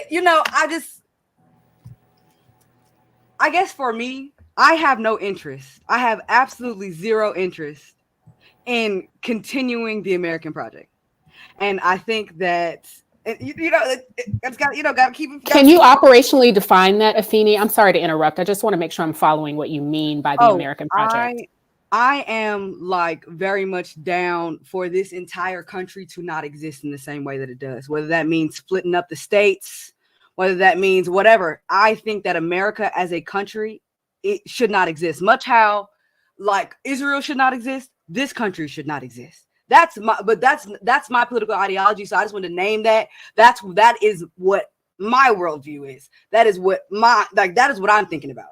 So where will we go? I'm sorry. Go ahead. I'm gonna say listen. I ain't even gonna hold you. There are many Black people that say we're from many different places. Some of us think we're Hebrew. Some of us think that we're indigenous to this land. Some of us think that I'm somebody who believes I'm a displaced African living on this land. We could go back to Africa, the country, the continent that is actually, full of Black people with all the Black things, and to say like, oh well, Africa doesn't have the same infrastructure as America. Well, why is that? Well, you see the colonizers quite literally tore up roads in Ghana. They quite like when the British left, they took their infrastructure with them. They destroyed the infrastructure before they left. So it's just like, I think when we hear about this shit, and I have been to Ghana, you know what I'm saying? I love Ghana. The Ghanaians love us. And there is a dual citizenship program within Ghana. So I think that while, yes, Black Americans should get reparations, absolutely, because this country literally would not exist without the labor of Black Americans. And also, immigrants pay taxes and they get nothing out of the fucking deal. So I just think like when we're talking about I'll say the white folks and some of them, Arabs folks, they do be getting a little business stuff and shit like that in our communities. But I'm saying like when I think about immigrants, I'm talking about Black immigrants. I'm not really talking about them other folks. I'm not even gonna hold you. But yeah, like I have a more global view of my politic. I genuinely think that if this country ceases to exist, there are going to be so many things that are going to be possible. I believe that Black people are able to self-determine and create a nation. We are literally we are the creators of civilization. We taught them niggas how to bathe. We taught the motherfuckers everything that they know. We taught so it's just we have the creativity, we have the leadership, we have the imagination to create whatever we want. So I think that when it comes down to it, y'all would rather live in a white man's fever dream, because that's what we're living in. We're living in a white supremacist fever dream. When all them motherfuckers was sitting around that goddamn Constitution and the Declaration of Independence, I promise you, they could have never imagined that we would be talking over the airwaves right now on their land in their country. Okay? Just like they could have never imagined that, I just think that there is so much more that we could do if we start to live in our own imagination. Now, whether or not for y'all, that may be being, Americans for life. I am not a nationalist. I think that nationalism is almost equated to fascism. And I think that's the reason why we have so many of the problems that we have now. But yeah, like, I'm sorry. And also the last thing I did want to say, because somebody said like, oh, Black Americans were the ones that dealt with slavery. I know y'all know that the Middle Passage didn't only have one stop. Like, I know y'all know that there are Black Brazilians, there are Black Caribbeans, there are enslaved people all up and down the Western Hemisphere. So I guess I'm confused by that. Like, why are we acting like slavery did not also exist in these other countries? But how is that relevant to the United States of America? Let's save that for reparations. Let's save that for the reparations, the quick video I have for reparations. Nick, really quick, and then I want to show this poll. Yeah, and I do want to say, I didn't mean to cut you guys off. I'm a natural debater. I wasn't trying to be rude. I think this is a good conversation. I apologize if you got offended by that. That's my natural communication style. I'm not used to these kind of panels, so I just want to say that I think this is a great conversation. I love talking to people who I don't necessarily agree with. I think it's very important.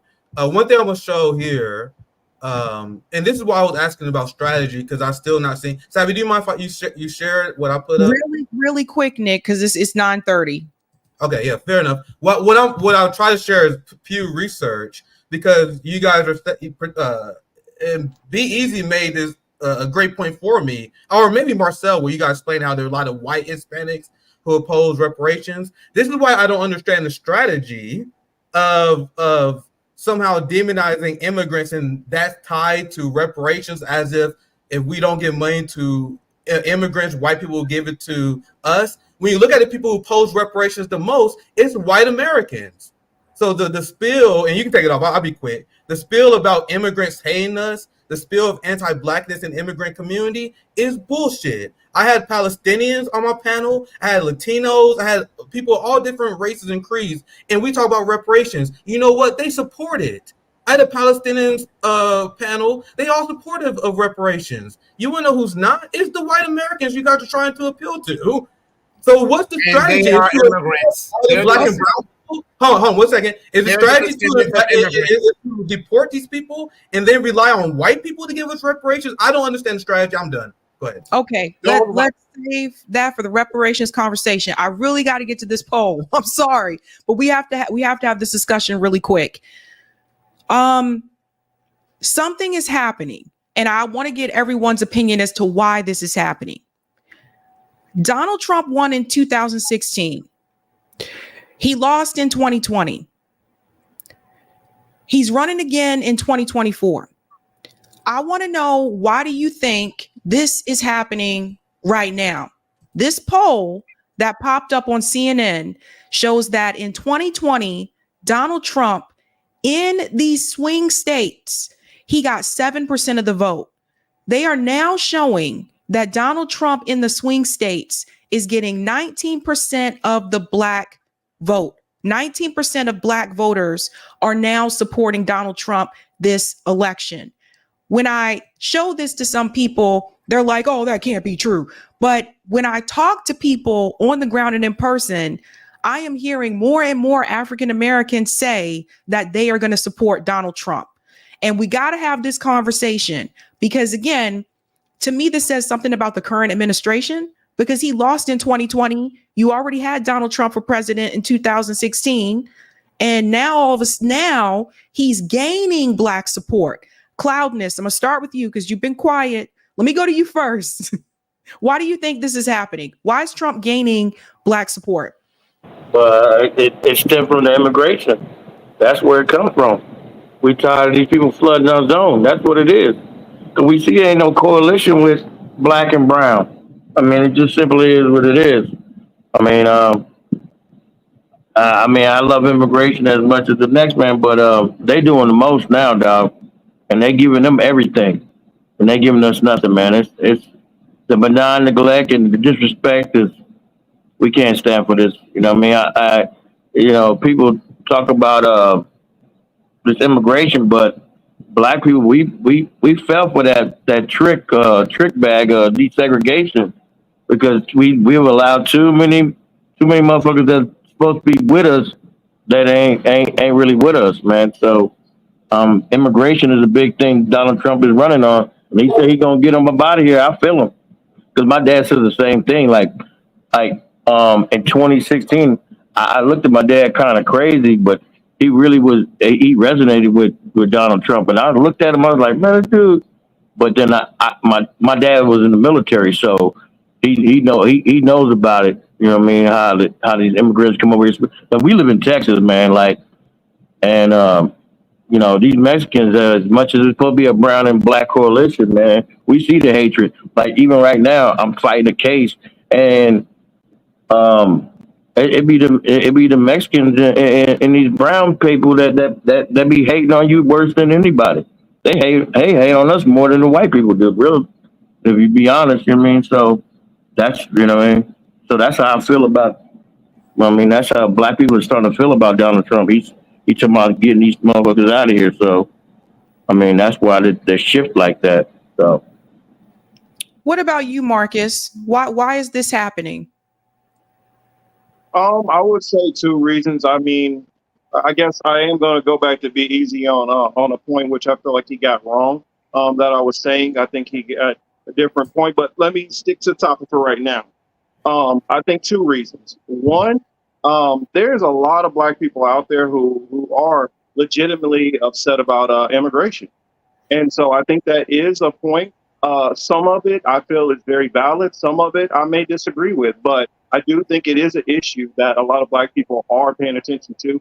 And two, I think some of it is, because I've heard a lot of people say, well, we got checks under Trump, which that goes into some of the what I was saying about we need some more education in our community, because a lot of people were thinking, well, I just know that things were better under Trump. And it's like, we do got to factor in there was a pandemic and all these other things happen, but there's not any of that analysis going into any of that. So I would just say that in closing, it is immigration. And I think there are people that feel like things were legitimately better under Trump. Okay, Denise. Yeah, I'd have to agree with what both of the brothers said. Immigration and flooding Black communities, and more importantly, not listening to Black Chicagoans, I think, watching those folks try to shut them down on that video, the Mayor Brandon essentially providing all these offices for immigrants and still today having not implemented the office of Black American freedmen in Chicago, but immigrants are being welcomed and put in those communities. And then I think also that is indicative of a larger BIPOC, POC, Black and brown lens that has taken over the Democratic Party, in that they won't even acknowledge the existence of Black American Negro freedmen out loud, right? No specific policies that only benefit Black people, right? Whereas they talk about every other group, LGBTQ, they don't say LGBTQ and whoever, they don't say Israel and whoever, or Hispanic and whoever, and immigrants and us. So that element of it, I think, has been important. And I also think that the failure to even act on a commission to study reparation and redress, coupled with Biden's when he was, President-elect Biden had that meeting with the civil rights leaders and basically told them, was condescending, objectively condescending to them. You can find it on YouTube. I've played it in several of my spaces, and told them basically, you're going to have to work with Hispanics, people who ain't been here and are only here because of mass immigration. Let's be for real about that. And the fact that we Black Americans recognize that we were the second largest population power in America until 1965 or 1980 or thereabouts, only because of the 1965 Hart-Celler Act. And that matters. So it's not about being mean to people. It's not about being selfish. It's also about the people to whom this nation still owes quite a bit, not being able to get their own agenda done using our own power because of mass immigration. And I too, Sabby, to your point, have had immigrants come into my spaces and say, y'all can't get nothing done without us. So if you come out against mass immigration, we're going to be a problem for you. If you can't see how that's a non-starter for a so-called coalition, then I don't even know if we have the same understanding of how power and collaboration and coalition works in a healthy sort of way. Nick, why coalition means, right? Coalition means you forming groups with like-minded people. So that's what I mean. But go ahead, Sabby. Nick, why is this happening? Why is Donald Trump basically tripling support with Black voters? I think it's mostly a race to the bottom. I don't even buy the fact that Trump got a lot of Black support. I think it's very similar to the support we've seen from a few years ago. We've seen Black people leave the Democratic Party. That's why you're seeing the percentage of Black Trump supporters going up, and not more Black people running to support the Republican Party. Is more Black people leaving the Democratic Party, which drives the percentage of Black people who support Trump higher. I don't believe the hype about Black people supporting Trump, to be honest. That's a good point. I didn't think about that, Nick. The people that left the Democratic Party. So obviously I didn't think about that. What about you, Marcel? I like to speak, Nick, without you interrupting me. I want to say that, one, I don't know how much of that support is going to translate into votes. I think it's more kind of what Nick said. People are pissed off with the Democrats And when I say Democrats about the leadership, and we are rightfully pissed off of them, and when people try to say that we don't have a right to be, that pisses me off. That's one.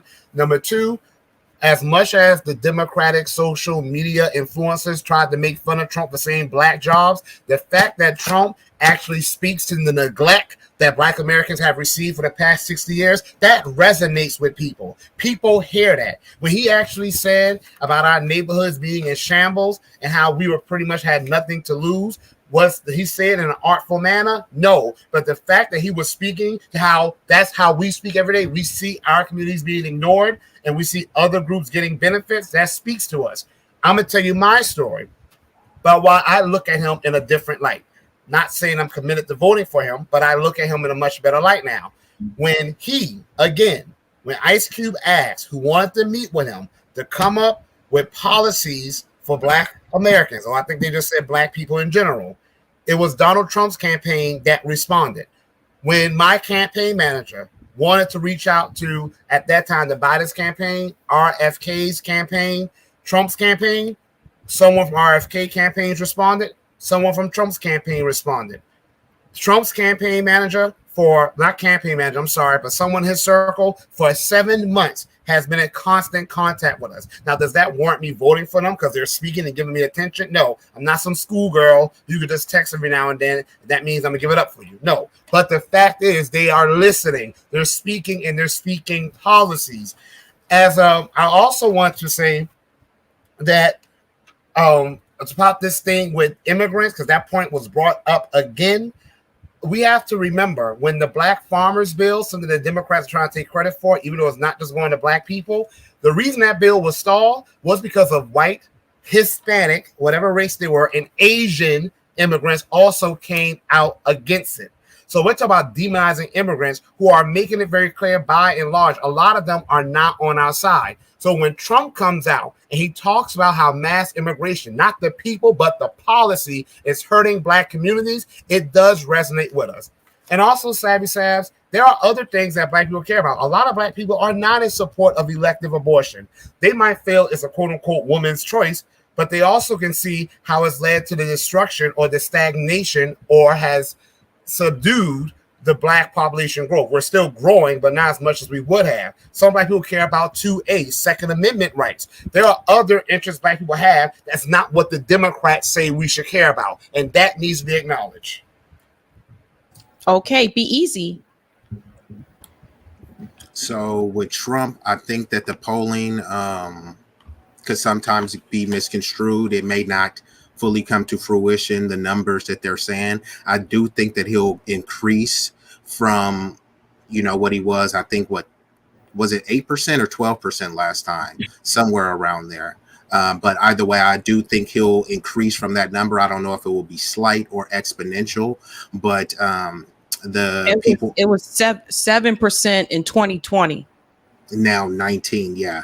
So even him getting double digits is a very exponential turn. I don't know if he'll get to 19%, but if he does, that will be extremely historic. I think there's a multitude of reasons. The panel has alluded to the immigration. The immigration is a huge issue. It's a huge issue nationally, not just with the Black community, but the Black community face the brunt of, the detrimental consequences of it.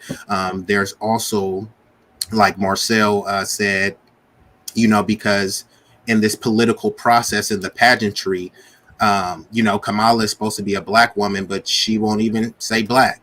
Democrats are reluctant to say Black, and if they do, they have to latch other people in there. Whether he's pandering, whether he's lying or not, bloviating, a lot of people expect that from Trump, but Biden and Kamala, they're supposed to have our back, and they're reluctant to even speak to us specifically. They'll do every other group, so Trump will at least do that. Is it empty? Yes, but people are looking at it. Some people, like, if both of them are giving us empty rhetoric, but one of them is addressing me specifically with their empty rhetoric, in some people's mind, And I'm not saying whether it's a right reason, if it's frivolous or not. I'm just saying in some people's perspective, they do say, okay, well, at least they see me. And there's a lot of disdain and vitriol for voting Democrat for 60 plus years, having them say that you're the backbone and that we wouldn't have won it without you, we owe you. And then when it comes times to pay, it's like, we got to help someone in another country.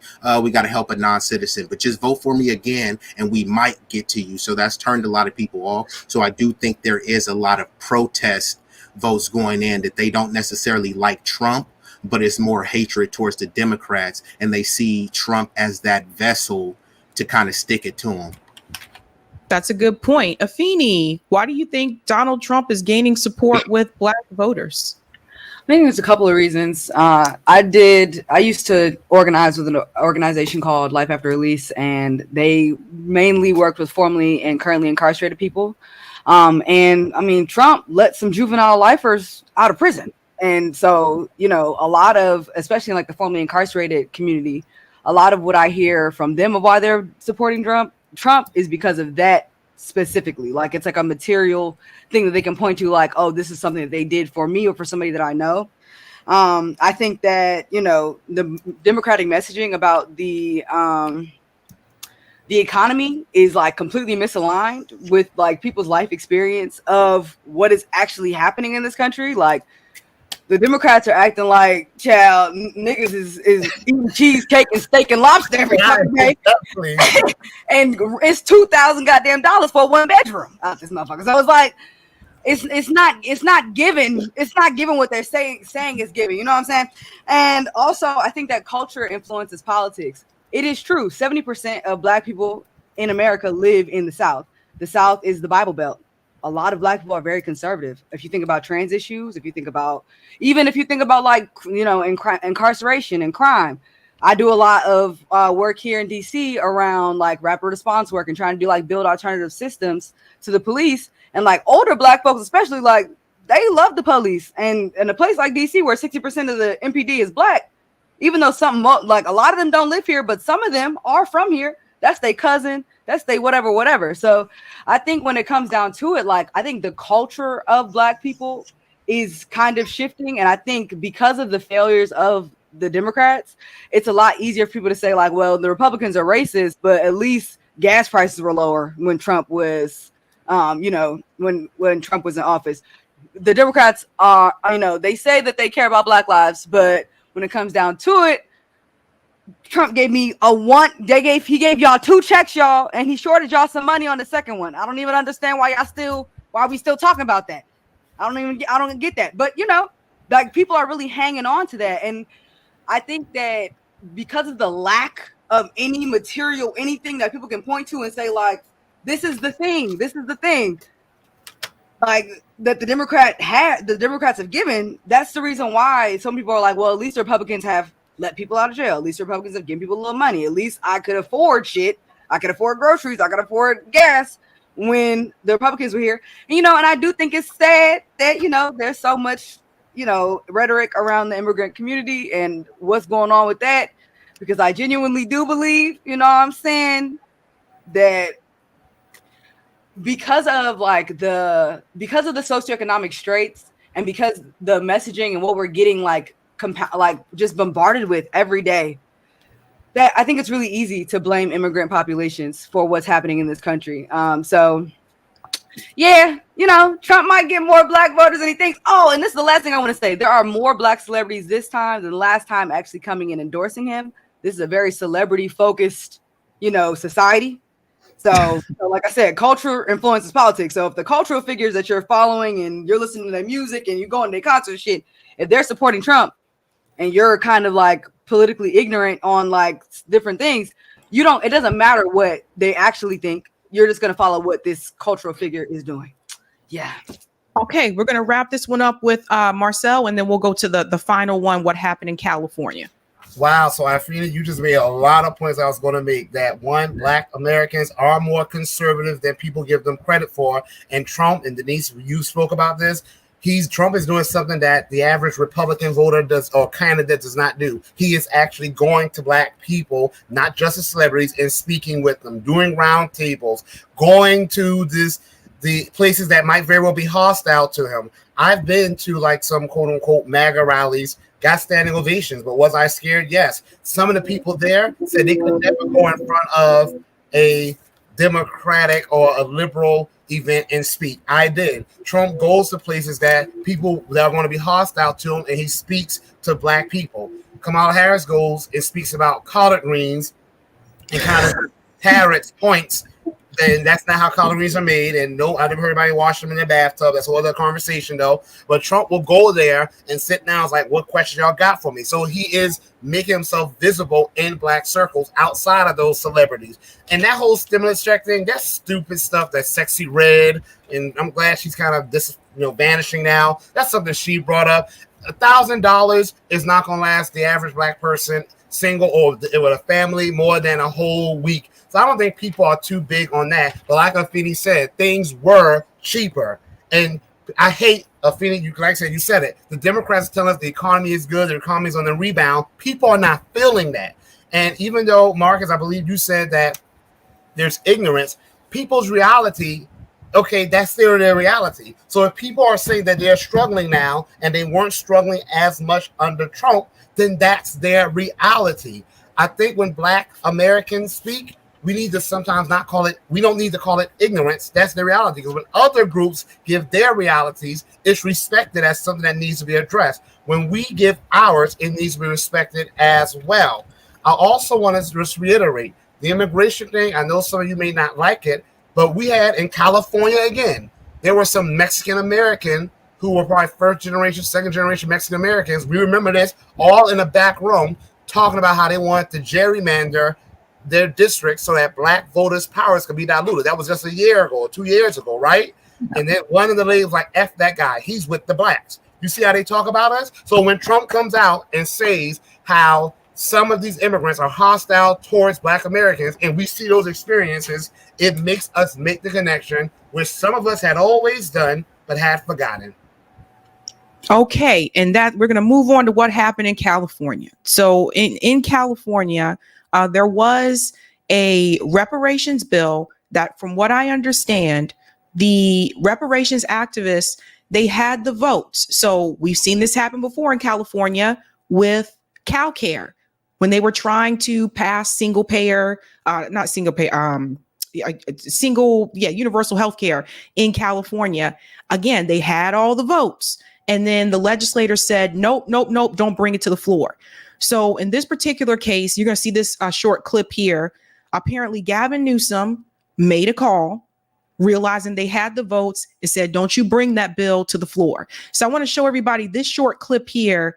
And how do we move forward? And I think, and I can't remember if you were on with her when she came on, but Camilla, who was a part of the California Reparations Task Force, she's been on a number of shows. Like she talked to us about this last year, right, Nick? I thought it was last year. Yeah. We had her on multiple times. I think you had her on her show multiple times as well.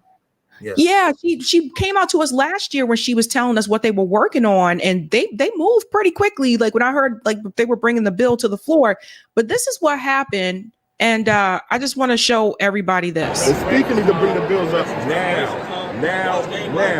These are their bills. They have their names on the bills. They killing their own bills because they scared of the government. Now, listen, they gonna see this and they gonna get mad at us. They killing their own bills. Then they're gonna get mad at us. They killing their own bills because they scared of the government. Okay? We don't care. We need to bring the goddamn bills up now. The governor needs to understand that the world is watching California, and this is going to have a direct impact on your friend Kamala Harris, who's running for president. This is going to have a direct impact. So pull up the bills now, vote on them, and sign them. We have We've been waiting for over 400 years. Speaking need to bring the bills up. Okay. Sorry, let me pull that out of here. So that happened in California, and it's been getting a lot of buzz Ashley posted, she said they're killing the bills because they're scared of the governor. So obviously Gavin Newsom made a phone call here, and I want us to talk about a path forward, because things like this can't continue to happen, where they have the approval of the legislatures, and all Gavin Newsom has to do is make a phone call like, I don't really want to sign that. So let's not even bring it to the floor.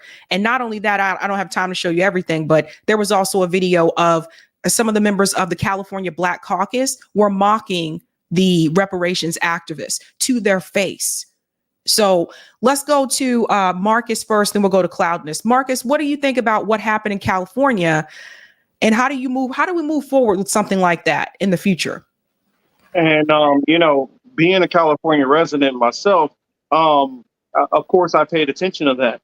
And that's what I was going into about building our movements outside of the electoral policy, because the Black Caucus is completely bought out and controlled. And so we're wasting our time and wasting our breath dealing with these people who are completely corrupted.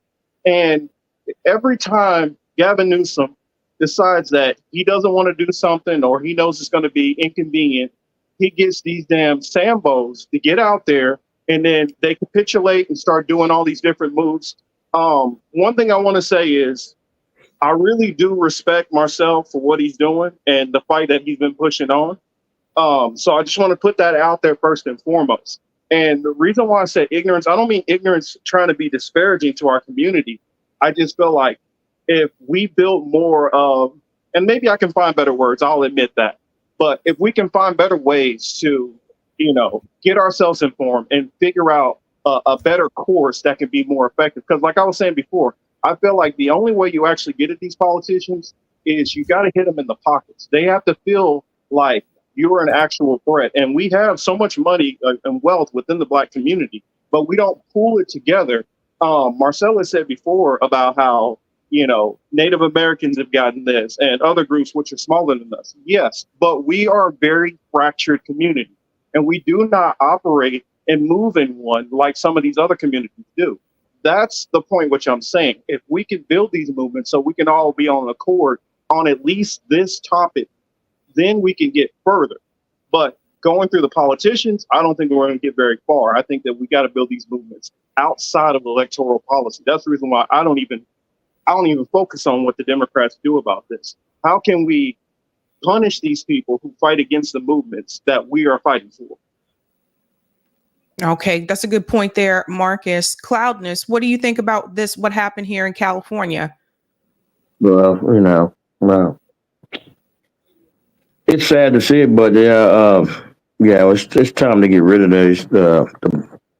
these Black caucuses. They're man. That's what they are. I'm gonna try to stick to the PC answer to this, because my view is that you just go and take them out. That's the only way because they're too off code, and they've been bought and paid for, so they're not really doing nothing for us. So it's time to go ahead and get rid of them. Simple as that. Okay. I was told to keep it kind of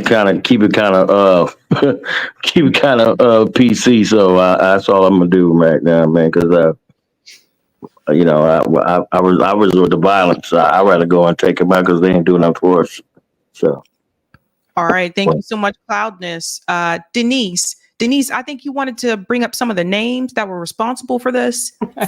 Yeah, it was more of a question of when are people going to start naming the names of who is responsible for this? And I think that is the responsibility of the people in California.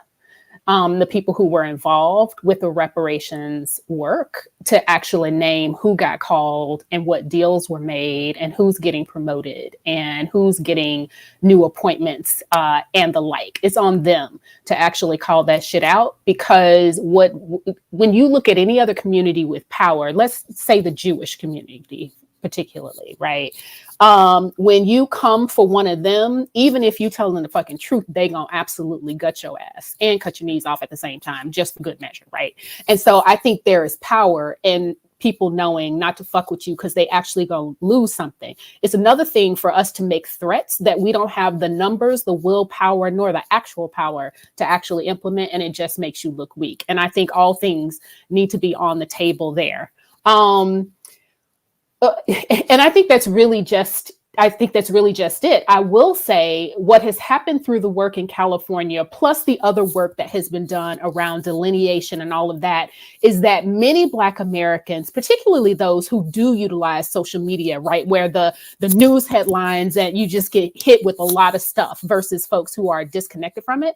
What has happened as a result of reparations, delineation, and this whole conversation is many Black Americans have been educated about their history and the obligations of this nation to them in a way that we haven't seen since the civil rights movement. So I'm thrilled about that element. But I will say again, I implore the people in California who are connected with this work and the whistleblowers in California to call out the Democrats for this sabotaging, this bait and switch of what has happened, because it happens all the time. It happened in Chicago as well around immigration, where a Hispanic man threatened a Black woman and others that they would not see anything they want to see accomplished in terms of actual politics if they came out and spoke against mass immigration. So if we're gonna not be mules for people, we also can't be pussies to these politicians who are coming into our political system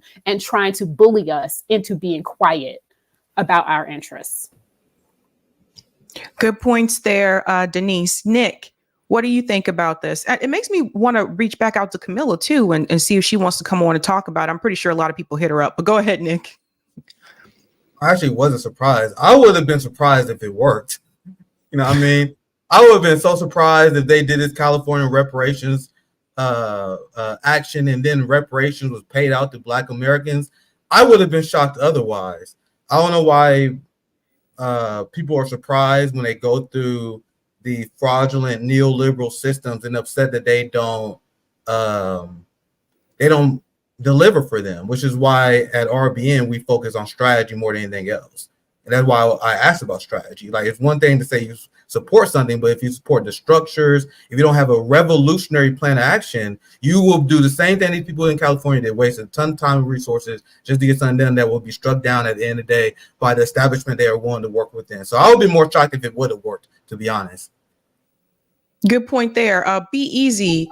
Also to that point, we've talked about this before on the after show, on the after call-in show. There's no movement. There's no, like to Nick's point, there's no, they had their work that they did in California, but where's like the massive movement? Go ahead, be easy.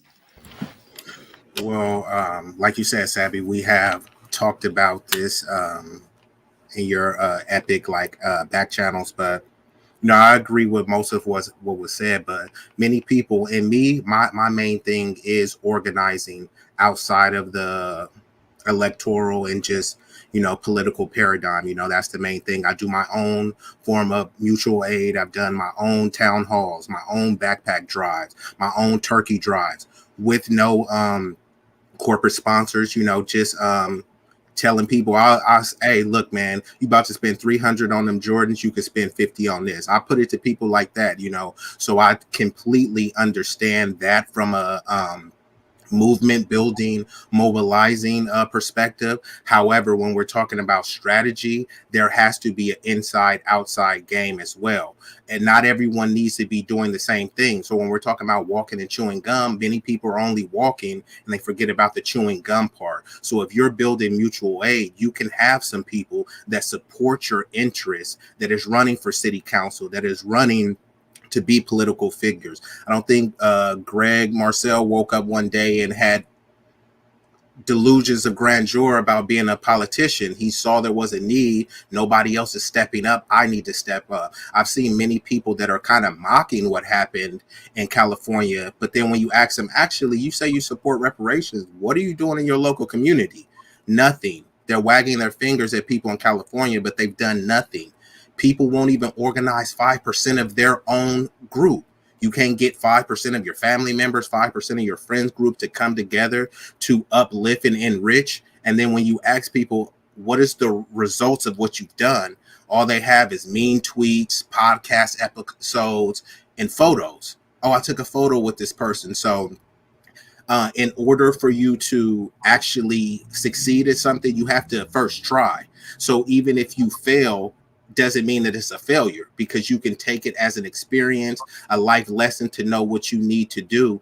And it's almost like somebody in a basketball game, right? You could have joined the basketball team, but instead you sat on the sidelines critiquing someone who's in the game, that's actually sweating, that's actually practicing. Like Kobe said, you wasn't putting up shots with me in the gym, but you're not even in the stadium. You're outside of the stadium trying to ridicule me because I didn't make enough shots. But you can't even make one.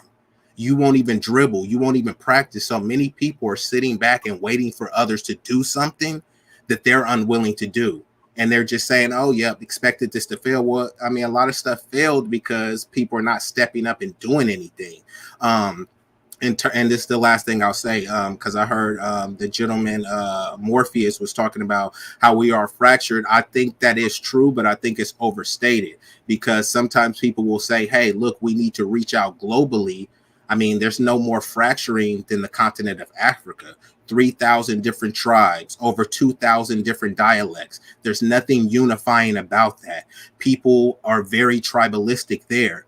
But do you give up hope of your Pan-African vision? No, you say, you know what, we're going to overcome this obstacle and ensure that, hey, look, we're going to make sure that people are enriched and enfranchised. So that's the same here.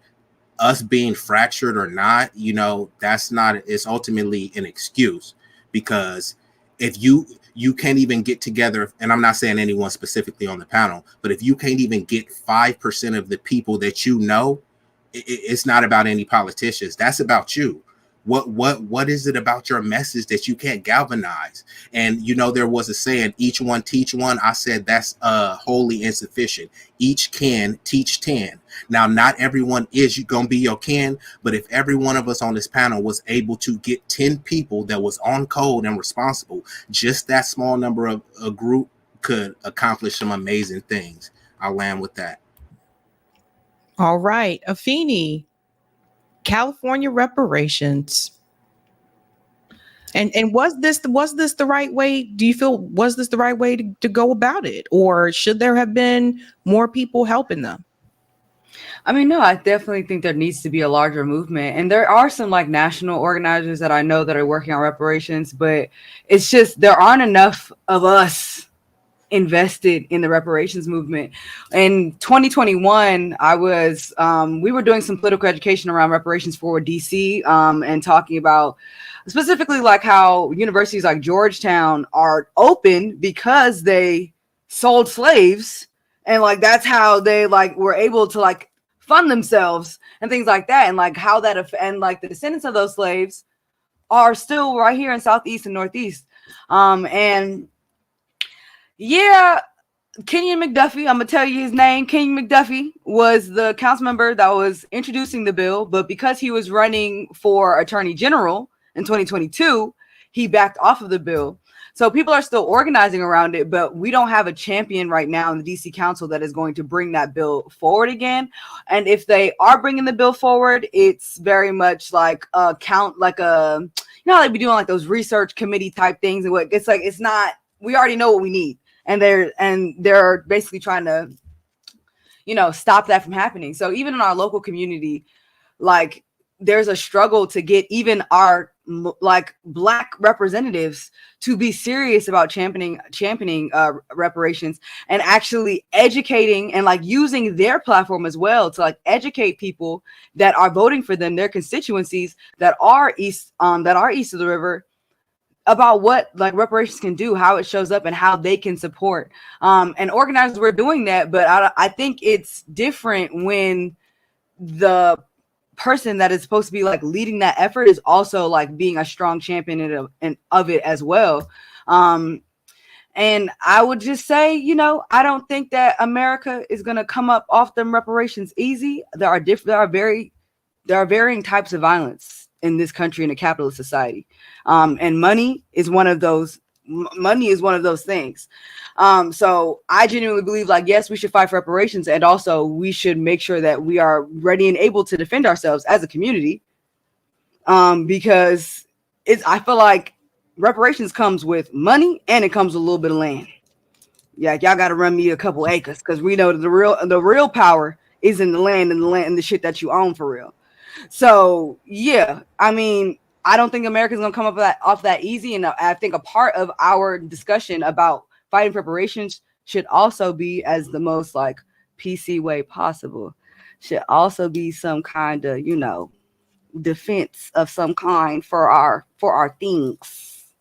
But I'm gonna keep it there. Okay, and we'll land with Marcel. Feeny, just to piggyback on your point, that's why a lot of Black Americans, and I'm glad to say it, support our Second Amendment rights. I do want to talk about what happened in California. I'm not surprised. I have been shouting from the rooftops that the Democrats would be the ones to sabotage reparations. And I also been shouting that I would not be surprised if a Republican would be the one to bring it to the floor. And that's exactly what happened. I am not too big to say I told you so, because I was telling people that would happen. That's exactly what happened. This just goes to show. Oh, and by the way, you didn't see any of those first, second generation Democrats who are of immigrant lineage bring it to the floor either. All that talk about coalition, that's the coalition. A lot of them are in office because they got Black American votes on the state level, national level, and that's the things we get. So, Nick, we build coalitions, and the coalition stabs us in our back. As far as us being fractured, that's an excuse. The Japanese Americans who were interned, when they got reparations, they had major divisions among them. Same thing with Holocaust survivors, major divisions. Yes, they did. Same thing with the radiation compensation, the people who are exposed to radiation by American nuclear testing. All of these groups had major divisions and fights amongst them, and they still got justice that was due to them. Because you know where we were not fractured? We were not fractured when we went through centuries of American chattel slavery. We were not fractured when all of us went through Jim Crow, lynch mobs, land theft, poisoning, chain gang, sharecropping, redlining, okay? Eminent racial, anti-Black American use of eminent domain. So even though we may have differences of opinions, we were united in the suffering, and therefore we should be united in the justice. And the justice due its reparations. They cannot use our differences of opinion as reason why they don't take action. So that's an excuse. As far as strategy goes, Afeni, Nick, you two in particular, Denise knows, of course, Be Easy knows, I know. Afeni, you said that you're going to have FDA all in your mentions. Y'all mentioned delineation. Y'all mentioned reparations. The strategy is working. We are the strategy. We're not depending on these establishment. That's a term, the progressive side, Sabby. I know y'all the progressive side. That's a term the progressives love. We're not depending on establishment politicians to do things for us. We're running our own candidates. I'm more than likely not going to secede against Clyburn, but I'm going to fight like hell to do so. But I tell you where I will benefit. I'm able to educate people. I'm able to get the message out there. On the revolution side, y'all aren't racking up many wins, but y'all are educating people. Y'all getting the message out there. One by one, y'all are adding people to your cause, right? That's the strategy we're doing right now. If this was like 4 years ago, there would be no reparationist candidates. But the fact that y'all knew about FBA, y'all knew the term delineation, it shows that we are grabbing this damn bull by the horns and taking this bull in the direction we want it to go. In South Carolina, we do this thing called bulldogging. I've never done it because it looks crazy to me, but they'll grab a bull by the horns and you got to hold on to the bull. It's a really old country sport, and the people who hold on are the strongest. That's what we're doing, taking this bull by the horns. I want to say this whole no politics thing, I have to push back on that. I'm sorry, y'all. We tried doing things outside of politics. We did our Black Wall Streets, remember? And what did they do? They ran highways through them. They flooded them. They burnt them down. They dropped weapons on them. We can survive without this political system. We've done that before, but the political system will not let us. And you know why they was able to do those things and get away with it? Because we had no political power. That's not our fault. They They terrorized us into having no political power. We keep talking about our ancestors fought for us to have the right to vote. Damn that. They fought for us also to have the right to run for office. That's why they fought. That's why they sacrificed. Not just for us to do the passive means of voting, but also to do the active means of running for office. I'm not abandoning a system that can give me access to the power that they use against us when I can get access to that power and use it for us. I don't know what I wrote here, so I'm going home. Oh, and by the way, as far as fracturing goes, Marcus, Black Americans have never had a civil war. White Americans are always at each other's throats. Always. It's the biggest thing that even white Americans will tell you. A lot of them. I'm gonna let you finish, but I want to respond to that. Finish though? Can I finish? Yeah, I just want to respond.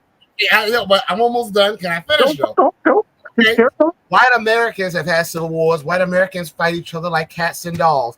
In spite of this whole black criminality myth, Black Americans are not at each other's throats most of the time. We would not be in this country if we were. Us working together is the only way we've survived. Do we have all of us that are good and righteous? Absolutely not. But we've never had a civil war, okay? We've always kind of had to have a sense of unity in order to survive. Be Easy kind of made a comparison. I know, Affinity, you're Pan-African.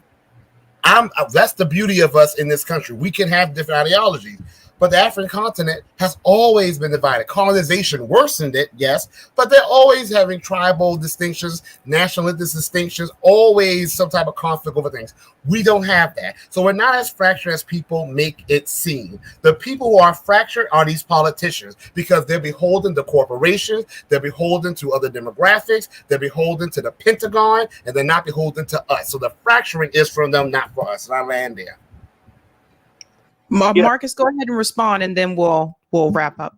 My response to that would be, when you're talking about fracturing, I'm talking about on a specific issue. You can talk about all these different tribes and this and that, but they're all against colonialism in their country. They can have different faiths, different beliefs, but on that one accord, they're all on the same point. Native Americans were not, half of them didn't want reparations. Some of them were against, some of them were fighting. That's not how it worked. They were all on the same one accord for that thing. And that's what I'm talking about. The Black community, we need more people to be all on one accord for that. You got a lot of freedmen and Black Americans who don't give a damn about reparations, who don't try, who are not doing anything. You can say it's an excuse. It is a reality. Now, can you change realities? Yes. But because something is what it is right now, you can't just pretend it's not what it is. There is fracturing. There is division. There are people like you who are out there pushing. There's people like Be Easy who are doing organizing. There are people who like, yeah, if it comes up, I'll do something. That is fracturing. I don't care how you try to slice it. But that's normal. Martin Luther King Jr. made it clear that a very small percentage of Negroes are going to do the work to get themselves out of Jim Crow. If you've ever been in a church, you know that a very small percentage of the people do the work. That is not unusual for the Black community. That is not unusual for any of our history. And it's true for movements other than reparations. So here's what I would say. You can acknowledge the fracture, but why don't you call people in for it rather than having the fracturing be an excuse for not getting the work done? Because the reality is 5% is all we really need for critical mass to get a thing done. And while we educate, to Greg's point, while we educate people about what the movement is and provide real hooks for them to actually get engaged to do the work in their local community. Marcus, are you serious? Africans are all united against colonization. The president of Senegal. Looking at Burkina Faso right now. You just named 4 countries out of 54. Senegal is right now inviting the French back, and you talking about Burkina Faso and Mali. Did you miss Nigeria? Can I finish speaking? I did not interrupt you. Did you miss Nigeria and Ghana and those other nations about to attack them because they kicked out the colonizers? Do not even get me started on the African continent and how some of them love their colonizer. That's first of all. Second of all, absolutely, some Native Americans were not for reparations. Some of them were for enslavement. Some of them actually went and conquered other Native American tribes so they can be more like the colonizers that came over here. Some of them felt it was an insult to put a number to their suffering. The same thing happened with the intern Japanese. Excuse me. The same Dude, thing you happened. can't go on these long ass tangents and then The I get a same short thing- time to respond. What's the point of these discussions and we're not able to talk? Like, The same thing. going on long rants, not allowing people to chime in. Not how you debate. So now when somebody responds to what you said, they're going on long ass rants. But when you were That's not saying how all you your talk. BS, when you were saying all your BS that's not true, that's not a long ass rant. Dude, out here in Cali, I can't even go to some black neighborhood. What are you talking about? There's divisions everywhere, always. You can't make it. Never. You were wrong. You were wrong. I'm sorry. I have to mute everybody. Because we can't have it like that. We need to wrap the panel in about 2 minutes. 2 minutes to wrap. So where were we? Can I finish? I was just making a point about how there were divisions amongst other groups that got compensation, and people did not use their divisions or ideological differences to not do justice for them. And I'll be damned if people are going to say that's the reason why Black Americans, the freedmen, have not gotten reparations. We have the right to have differences among ourselves. Afeni's a Pan-African. I'm not, even though I have certain Pan-African views. I want all Black people to get justice too. I do, but I feel that should be done by status. In America, that goes to freedmen. That's how I feel. If you're a Brazilian, you get it from Portugal. That's my Pan-African view. Just because we have a difference of opinion, that does not mean America cannot do justice for the freedmen. That's the point I'm making, because other groups had those same differences and they still got justice. I am so sick of y'all trying to find excuses of why Black Americans did not get justice and blame it on us. Okie dokie. Let's end on a good note. Okay. Let's end on the Hey, I got a good note before you go. I gotta give a salute to Sabby, Afeni, and Pam for rocking the natural hair. You ladies is looking very ravishing. Seriously. Flattery will get you everywhere. Be easy. Okay, guys, thank you so much for this discussion. Again, as you can guys see, we don't all agree on every issue. Black voters are not a monolith, and I think people need to see that. But I think this is a discussion that was needed, a discussion that, needed to be had. And I think it's good to have these conversations. I know we may have, some topics that are heated, but I think there's a lot of, talking online, like on social media, instead of everybody just on one platform to just have these conversations in person, I think. So hopefully, like, everybody learned a little something from each other. And hopefully as the viewers, you learn that, like, Black voters are not a monolith and we feel differently about different situations. But I think one thing we all have in common is that we do want some improvement for the Black community. Okay. All right. I'm going to say goodbye to all of you guys. The rest of you stay put. I have 3 quick stories to cover. Thank you guys so much. Bye. Thank you for having me. See you later. Take care. Bye. Peace. Peace out. And then there was just me. I'm sorry, guys. It's just me. I do have 3 quick stories that I do want to cover because I'm not going to be live tomorrow night. I'm going to be on RB Ham's show. So that's why I don't have a show tomorrow night. We're going to jump right in. I promise you these will be relatively quick. And then we'll do call in after the show. Let's get into the polls. Things are changing for Kamala Harris and Donald Trump. It appears that Kamala's honeymoon period has ended. And I want you to see what is coming out now. Now, Nate Silver is a pollster, so to speak, and he makes these predictions every election cycle. He made a prediction for Kamala Harris that if she came out of the DNC for 2024 with a plus 14, similar to Barack Obama, that she would be on track to win the Electoral College. That did not happen. And now Nate has changed his model. And now we can see this. Kamala Harris trails Donald Trump in 5 new battleground polls. So we can see the change is already happening here.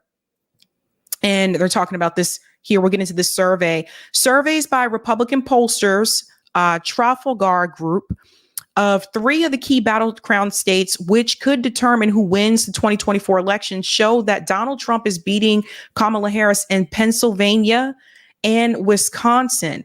Harris and Trump are neck and neck in Michigan. So let's look at this a little bit closer. Top pollster finds that Donald Trump is gaining momentum against Kamala Harris with a 58% chance of winning the 2024 race. This is wild. And this article was released yesterday, September 4, right? So this is coming from Nate Silver. Former President Donald Trump, chances of winning the 2024 election have surged in the last month, with Vice President Kamala Harris has struggled to find a second gear. Now, this is according to guru Nate Silver. The data analyst and founder of 538 revealed on Wednesday that his presidential race model now indicates that Trump has a 58.2% chance of winning the Electoral College in November compared to Kamala Harris. He is now predicting she has a 41.6% chance to win the Electoral College. Trump's chances of winning are his highest since July 30th, and the chance of the Electoral College popular vote split working against Harris has risen to almost 18%. So people started freaking out when they saw this from him on Twitter. Again, this is Nate Silver. I recommend following him. Today's update.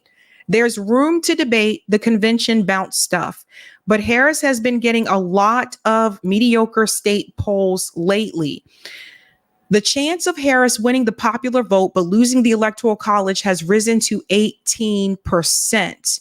And he's talking about here crazy and not so crazy scenarios. We'll come back to that another time when I think we get closer to November. But this is the part I really want to focus on here. In addition to Pennsylvania, Michigan has become something of an issue for Harris. National polls and polls of other swing states, mostly decent for Harris, but erosion in Pennsylvania and Michigan hurts a lot in the model. And I can show you what he means here. Michigan polls included in our model. So you can see they have Emerson, the Trafalgar Group, weird name there. Glengarriff Group, Redfield and Wilton, and Epic MRA. So these are the polls that he's looking at here. And what you will see is that Emerson had, for Michigan, they had Kamala Harris at 51, Donald Trump at 48. The Trafalgar Group had her at 47 and him at 47. Glengarriff Group has her at 44, Donald Trump at 45, and Redfield has Harris at 47, Trump at 44, and Epic has Harris at 46 and Trump at 47. Then when we switch over, now you're starting to see with Morning Consult, this is where you'll see some of the difference come in here. Like she, at one point with Morning Consult, they had her at 49, Trump at 47, SSRS 48, had him at 43. So you can see here with these polls earlier on in August, she was doing pretty well in Michigan, with the exception of the Fabrizio poll here. She was ahead of Donald Trump.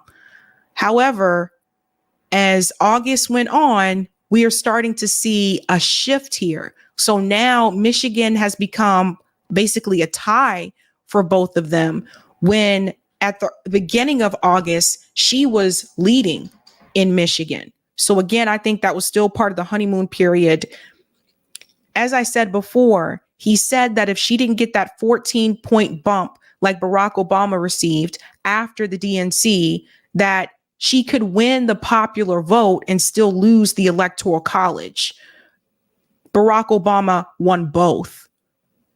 So the problem that Kamala Harris is running into is that, unfortunately for her, after the DNC, she did not receive a large bump compared to someone like Barack Obama. Now, why is that important?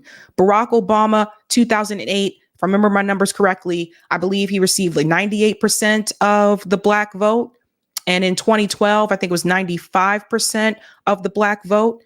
Hillary Clinton got way less than that. Joe Biden got less than that. And Kamala Harris right now, support among Black American voters, it says it's around 70%. So if you notice, the number tends to is continuing to decrease with Black voters since Barack Obama. And to win as a Democrat candidate for president, you do need the Black vote. So I'm going to show you two possible scenarios because we're going to do 270 to win. Now, the first prediction that I am going to make is Pennsylvania and Georgia. So what we got to remember about Pennsylvania and Georgia, this is especially important. 2020 and 2016, the candidate that won Pennsylvania also won Georgia. In 2020, Joe Biden won Pennsylvania and Georgia. In 2016, Donald Trump won Pennsylvania and Georgia. So they seem to have a pattern here. Doesn't mean it will happen again, but it doesn't mean, we should overlook it. I'm seeing a pattern. So let's not ignore that. Just something to pay close attention to. Now, I don't know why this keeps changing.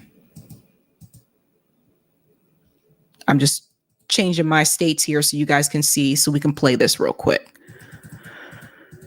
We're going to do two different scenarios here for 270 to win. Now, the states that you see that are this tan kind of color, those are the swing states. I'm not counting North Carolina. I know they're saying North Carolina is in play. I think North Carolina will still be red. But maybe for shits and giggles, maybe we should do this anyway. All right. So I'm going to make a prediction. The first round of predictions. Let's say that Trump wins North Carolina. Let's say he wins Arizona. Again, I think Arizona might be red because of, again, it's a border state and people are having issues with the border. So I think that could be possible.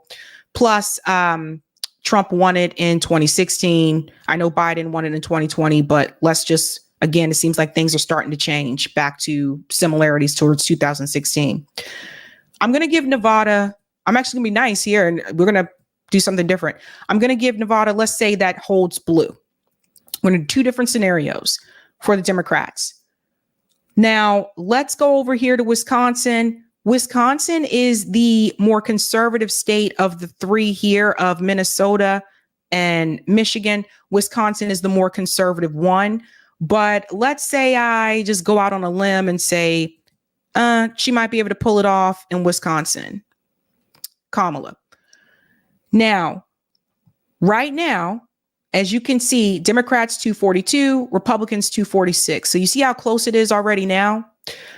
Now, let's go ahead and say that we're going to give Michigan to Kamala as well. They're neck and neck for that. So right now, as you can see, we're giving Kamala Nevada, we're giving her Wisconsin, and we're giving her Michigan. Okay. As you can see, we're at 257 for the Democrats. If we are following the same trend that has happened in 2020 and 2016, where the candidate that won Pennsylvania also won Georgia, this is the problem that Kamala Harris may run into. Right now, she's not doing well in Pennsylvania. So if I'm going by that same trend that I told you, we're going to give Pennsylvania to Donald Trump. And if we're continuing the trend, we would give Georgia to Donald Trump. That would put the Republicans at 281, and that would put the Democrats at 257. In this scenario, Kamala Harris would lose even though she won Michigan. These are the things that people need to see. This is why I was saying it's not just her winning Michigan. Once we start to play around with the numbers, you see what I'm talking about, right? Now we're going to do the other scenario. Let me pop back in. Let's change these bad boys. Let's say that she wins Arizona. Let's say she pulls out in Arizona. She ends up doing well there. But let's say she doesn't win Michigan. Nate Silver right now is saying that this is becoming a problem for her, Michigan. We're giving her Wisconsin still. Okay. Let's say this trend doesn't happen again with Pennsylvania and Georgia. Let's say she actually does win Georgia, just like Biden, right? She's campaigning pretty heavily down there. So let's say she does win Georgia. And let's say she wins Pennsylvania. We'll make that a light blue. Now that would put Kamala Harris at 288 and that would put Donald Trump at 250. But the point that I'm trying to make is if Kamala Harris does not win Michigan, it looks like she would need to win Nevada, Arizona, Georgia, and Pennsylvania and Wisconsin. I would be very shocked if Kamala Harris wins Pennsylvania and Georgia. And I think this is the problem, guys. I think this is why the Democrats are panicking, because they've seen the internal polls. This surge that Kamala had at the very beginning when she announced her presidency, that honeymoon period has started to end. And so now they're starting to say, oh, wait a minute, how is it that Donald Trump is gaining again in these states when she was ahead of him? Now, obviously, Michigan, this one is the Gaza issue is a big one for Muslim voters. Michigan has the largest, Arab population in the country. We don't know.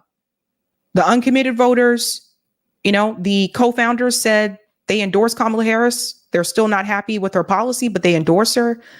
Is that how all the other members of the uncommitted coalition feel? I had one of them on the show. They told me they didn't feel that way. So we don't know. So Michigan, we're going to have to keep our eye on very closely. Now, what would really be crazy is if she won Georgia, but she did not win Pennsylvania, which has not been the trend the past two election cycles. If that were to happen, they would get tied. Does everybody see this, the tie? If Kamala Harris loses Pennsylvania, but wins Georgia, Arizona, Nevada, and Wisconsin, Donald Trump and Kamala Harris would have a tie for the Electoral College, 269 and 269. But that hasn't been the trend. Either way, this isn't going to be, I think, as easy for her as it was for Biden. I think the way that Nate Silver is, that's right, New York Varsity. If it's a tie, Congress votes in the president. That's right. But the way that Nate Silver is warning people about this now, I don't know, man. I don't know.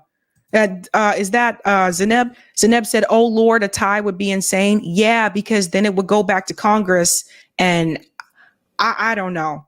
All I'm saying is neither one of them have it in the bag, but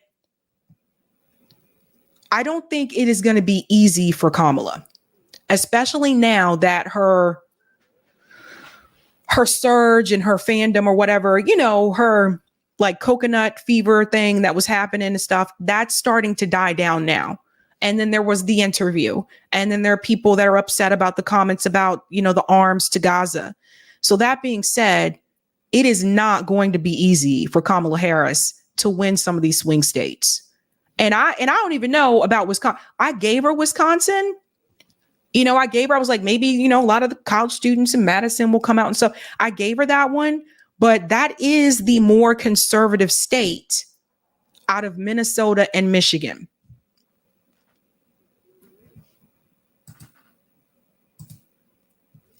So it's close. It's still going to be close. And I think that I think people should pay attention to what Nate Silver is saying. It's really hard to accomplish what Obama accomplished in 2008. I have not seen that type of energy at the polls since then. Not that type. He got like 98% of the black vote. So we will have to wait and see. I told you guys I was going to move fast with these stories. See? Okay, we're already on to the next one. So this was not surprising to me, but it is surprising to some. Miss Liz Cheney herself has decided to endorse Kamala Harris. Now, again, we'll hear her endorsement here. Liz Cheney. Oh, honey. It's interesting now how like the Democratic Party has just come around to Liz Cheney, how they like her all of a sudden because she went against Donald Trump.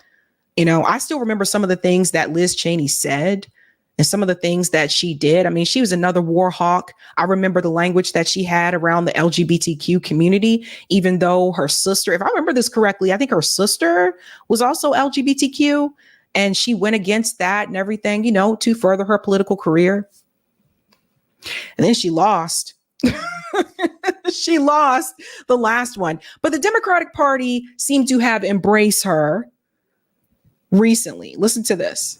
As a conservative, as someone who believes in and cares about the Constitution, I have thought deeply about this. And because of the danger that Donald Trump poses, not only am I not voting for Donald Trump, but I will be voting for Kamala Harris. So that was Liz Cheney there, ladies and gentlemen, telling you that she will be voting against Donald Trump and she will be voting for Kamala Harris. Now, some people saw this and they like freaked out and they were like, oh, I can't believe it. I was surprised. But if you've been paying attention to politics over the past like 2 years, I think you saw this coming that Liz Cheney was going to support the Democrat candidate and not the Republican candidate. I don't even think just Donald Trump. I just think anybody that would have been a part of that Trump coalition, I don't think she was going to support, right? Now, she did this when she was running for re-election and she lost, but she still stood by, you know, what she said. But some people are surprised. And I want to take you back to a moment where I realized that things had changed. And that was Robert Reich. He wrote this article called Liz Cheney for President. And I just lost it. I think a lot of us, when we saw this, we were like, what in the hell is wrong with Robert? Liz Cheney for president. This is what Robert Reich said. Friends, I trust Joe Biden's steadiness and judgment, and if he runs again, I'll probably back him in 2024.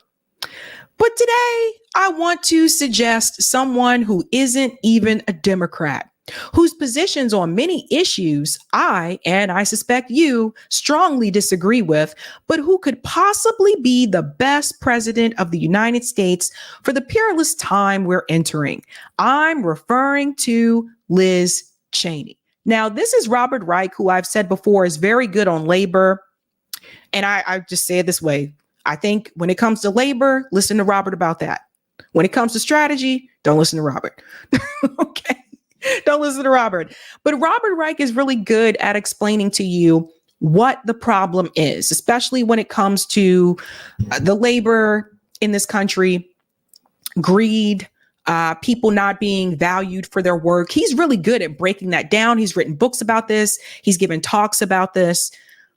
But it always seems like to me that his solution in the end is to keep you in the system that currently exists. I know you're underpaid. I know you're having difficulty finding a job. I know that the billionaires having a tremendous amount of wealth is a problem in this country. But let's just keep doing what we're doing. So that's the problem that I have with Robert Reich. He doesn't really want to challenge the system. He wants to tell you the problem, but he doesn't want to challenge it, right? Before you reject this idea out of hand, please bear with me. Even if you still end up thinking it's a ludicrous notion, let me take you through the argument. I've been in and around American politics well over half a century. I've never seen this nation as bitterly divided as it is now. Not during the Civil Rights Movement, not during the Vietnam War, not during Watergate. And it looks as if the current division is growing deeper and even more dangerous. Donald Trump didn't just attempt a coup. He attempted to push America into a civil war. And he's still at it, endorsing candidates who will repeat this big lie about 2020. We can't get too much into that. You guys know how YouTube is about that, but you know what he's talking about here. In short, Trump wants a civil war centered on himself, on his big lie, and on the racist nationalism he fueled to build his political base. Trump's narcissism is so poisonous that he is committed to splitting the nation over its commitment to him. As president, Trump never understood that he was president of America as a whole. He considered himself to be president only of his supporters, whom he called my people. Those who didn't support him were his enemies. Since 2020, he has done everything possible to stoke war between his supporters and perceived enemies. Clearly, that's his aim in 2024. Now, let's get to the Liz Cheney part.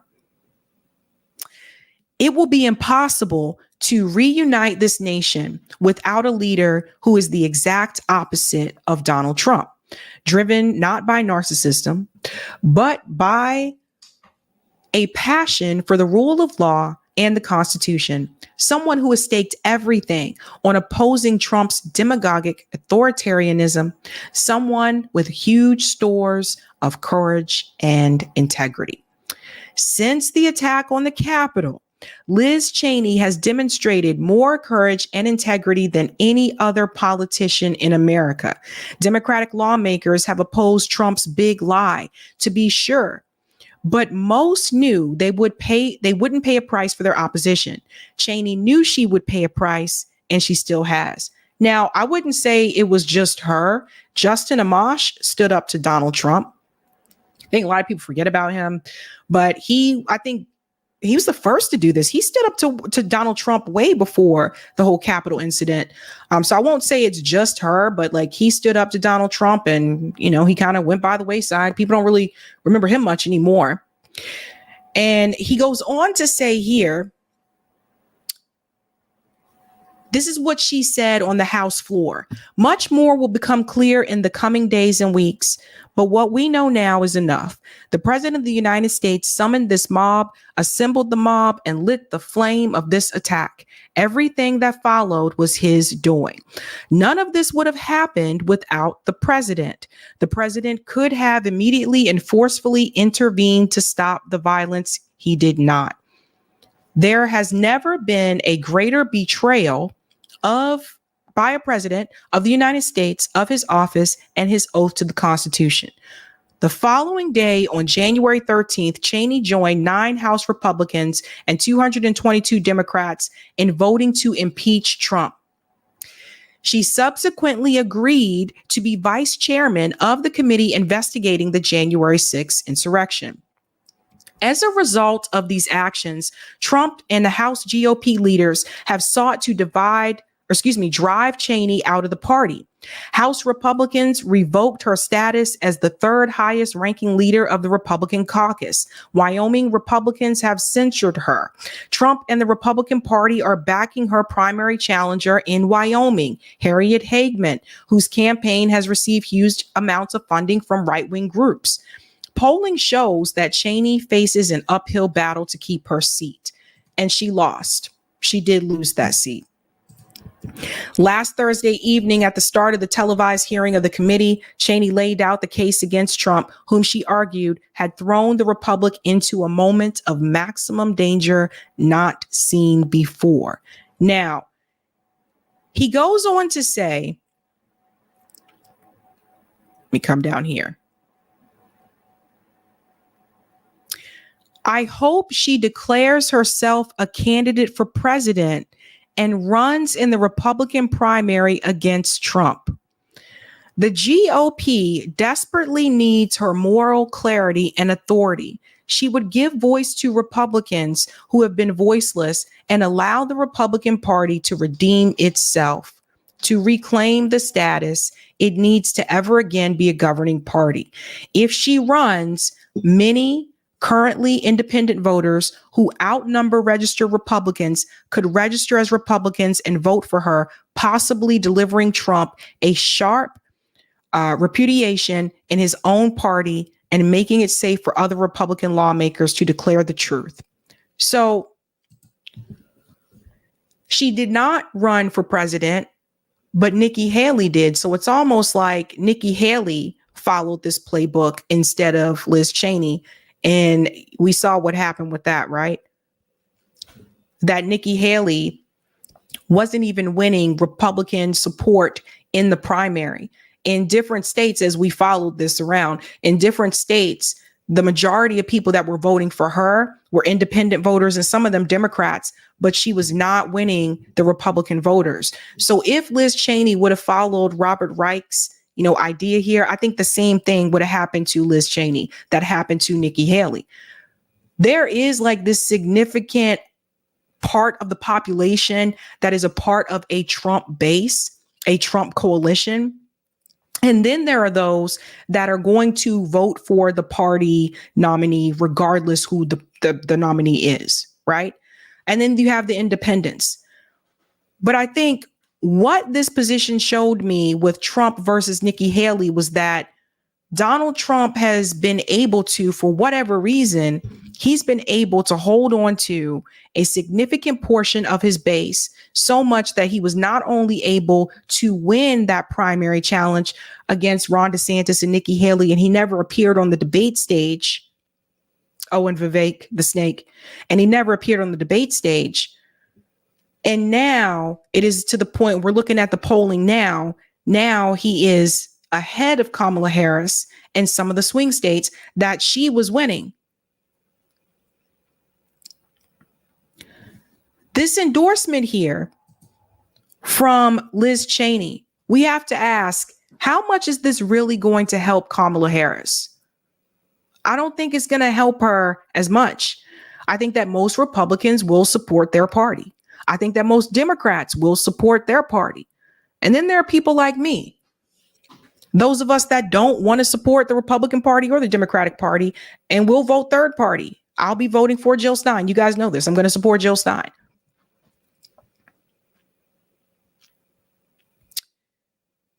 So while I think many people appreciate Liz Cheney, breaking from her party and saying, I'm going to do what I feel is right, and I'm going to endorse Kamala Harris, I understand some people appreciate that, but I don't see how this is really going to help Kamala Harris in the end. So that's that. But yes, that did happen. That is that, ladies and gentlemen. And we're moving on to the next story. I'm trying to move quickly, you guys. I told you. Okay? I told you.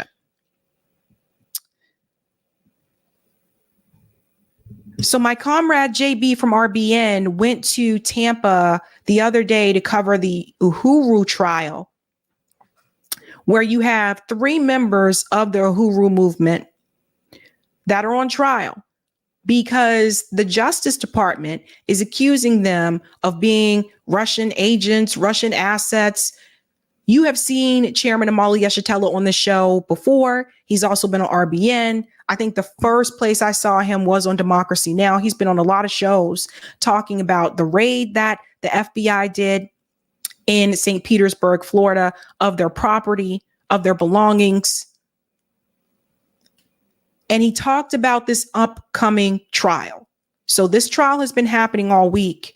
I want you to hear what Charles Barron had to say here. Now, this is outside of the Tampa courthouse. Listen to this. Not on trial today. America is. America is on trial today, and we are going to find them guilty because we already won. New York is on high alert. We're watching this. The December 12th movement, Betty Davis and the abolitionist movement, Operation Power, all eyes are on this trial.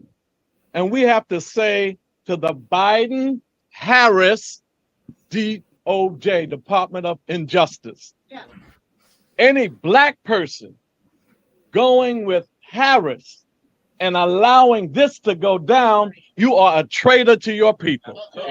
You are a traitor to your people. Yeah, that's a really good statement there from Charles Barron, because the reality is they are going after Black socialists. And it's not just the Uhuru 3. I mean, it's happened to other ones before. Look at the way they went after Fred Hampton. Look at the way they went after other members of the Black Panther Party. You know, this whole association with you are connected to Russia. You're a Russian agent and like, it's just the easiest, laziest smear nowadays. And this is not to say that there aren't some people that have participated in that, but the majority of these accusations are not proven to be true. Black Agenda Report, shout out to them for this. Black Alliance for Peace condemns the federal indictments of Uhuru 3 and denial of their fundamental human rights to speech, association, information, and political dissent. This is everyone here outside of the state courthouse, right? Let's get into it here.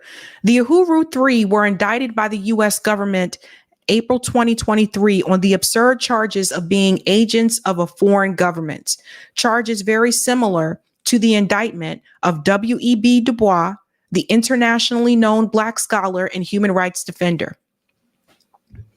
Du Bois was 81 at the time of his indictment as a supposed agent of the Soviet Union for his anti-nuclear and pro-peace advocacy. Amali Yeshitela is similarly 81 with an international standing as a human rights defender. Oh, excuse me. Sorry, guys, I jumped a line. I moved this up and then I lost my spot. Okay, here we go. Amali Yeshitela is similarly 81 with an international standing as a human rights and anti-imperialist fighter for more than 60 years. The African People's Socialist Party and Uhuru movement that he helped to found have been organizing and advocating for African people and colonized people for over 50 years. And this is true. They have different locations. They have been feeding people, clothing people. They're giving back to the community. When the first time Amali Yeshitela came onto the show, he was showing me they had like a food pantry, just helping out people in the community, similar to what the Black Panthers did, helping the people. This is who they go after.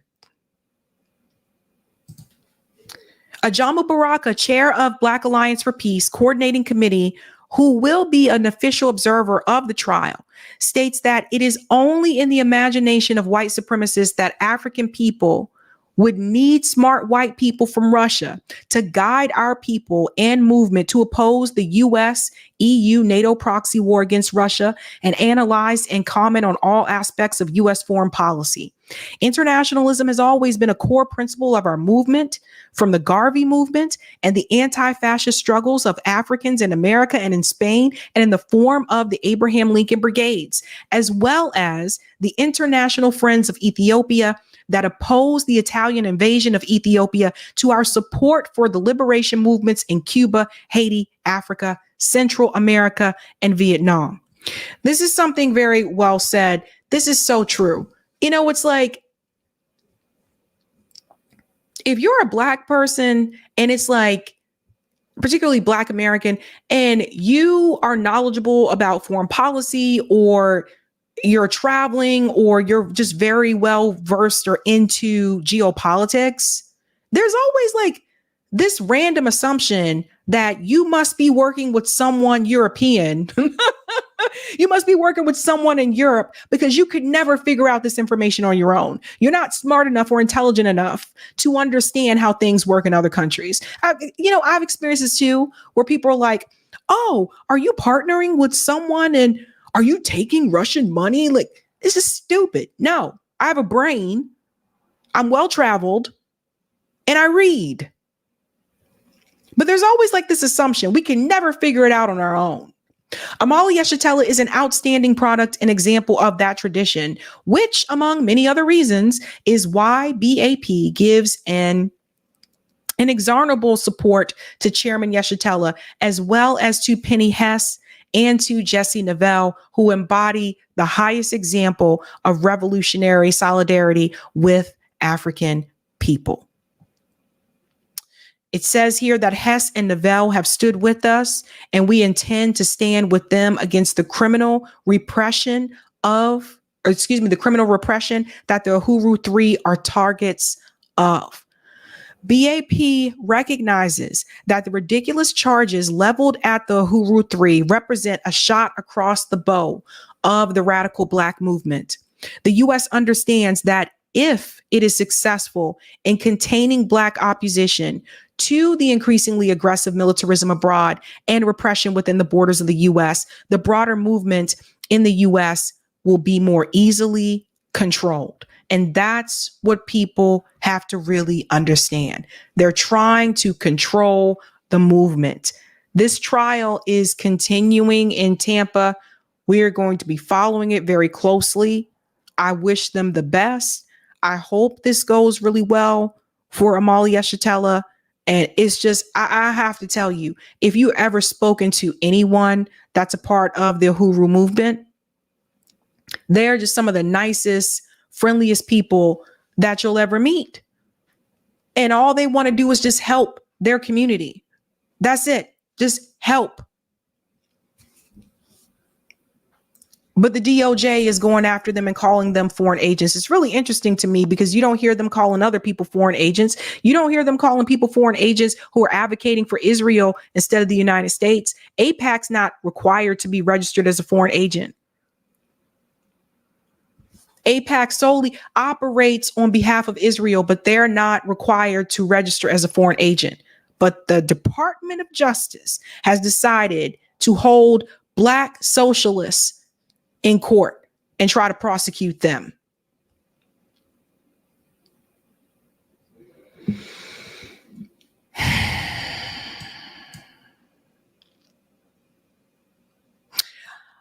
I'm going to keep following this. I wish them the best, you guys. I am very I'm nervous for them. I really am, because I don't know, man.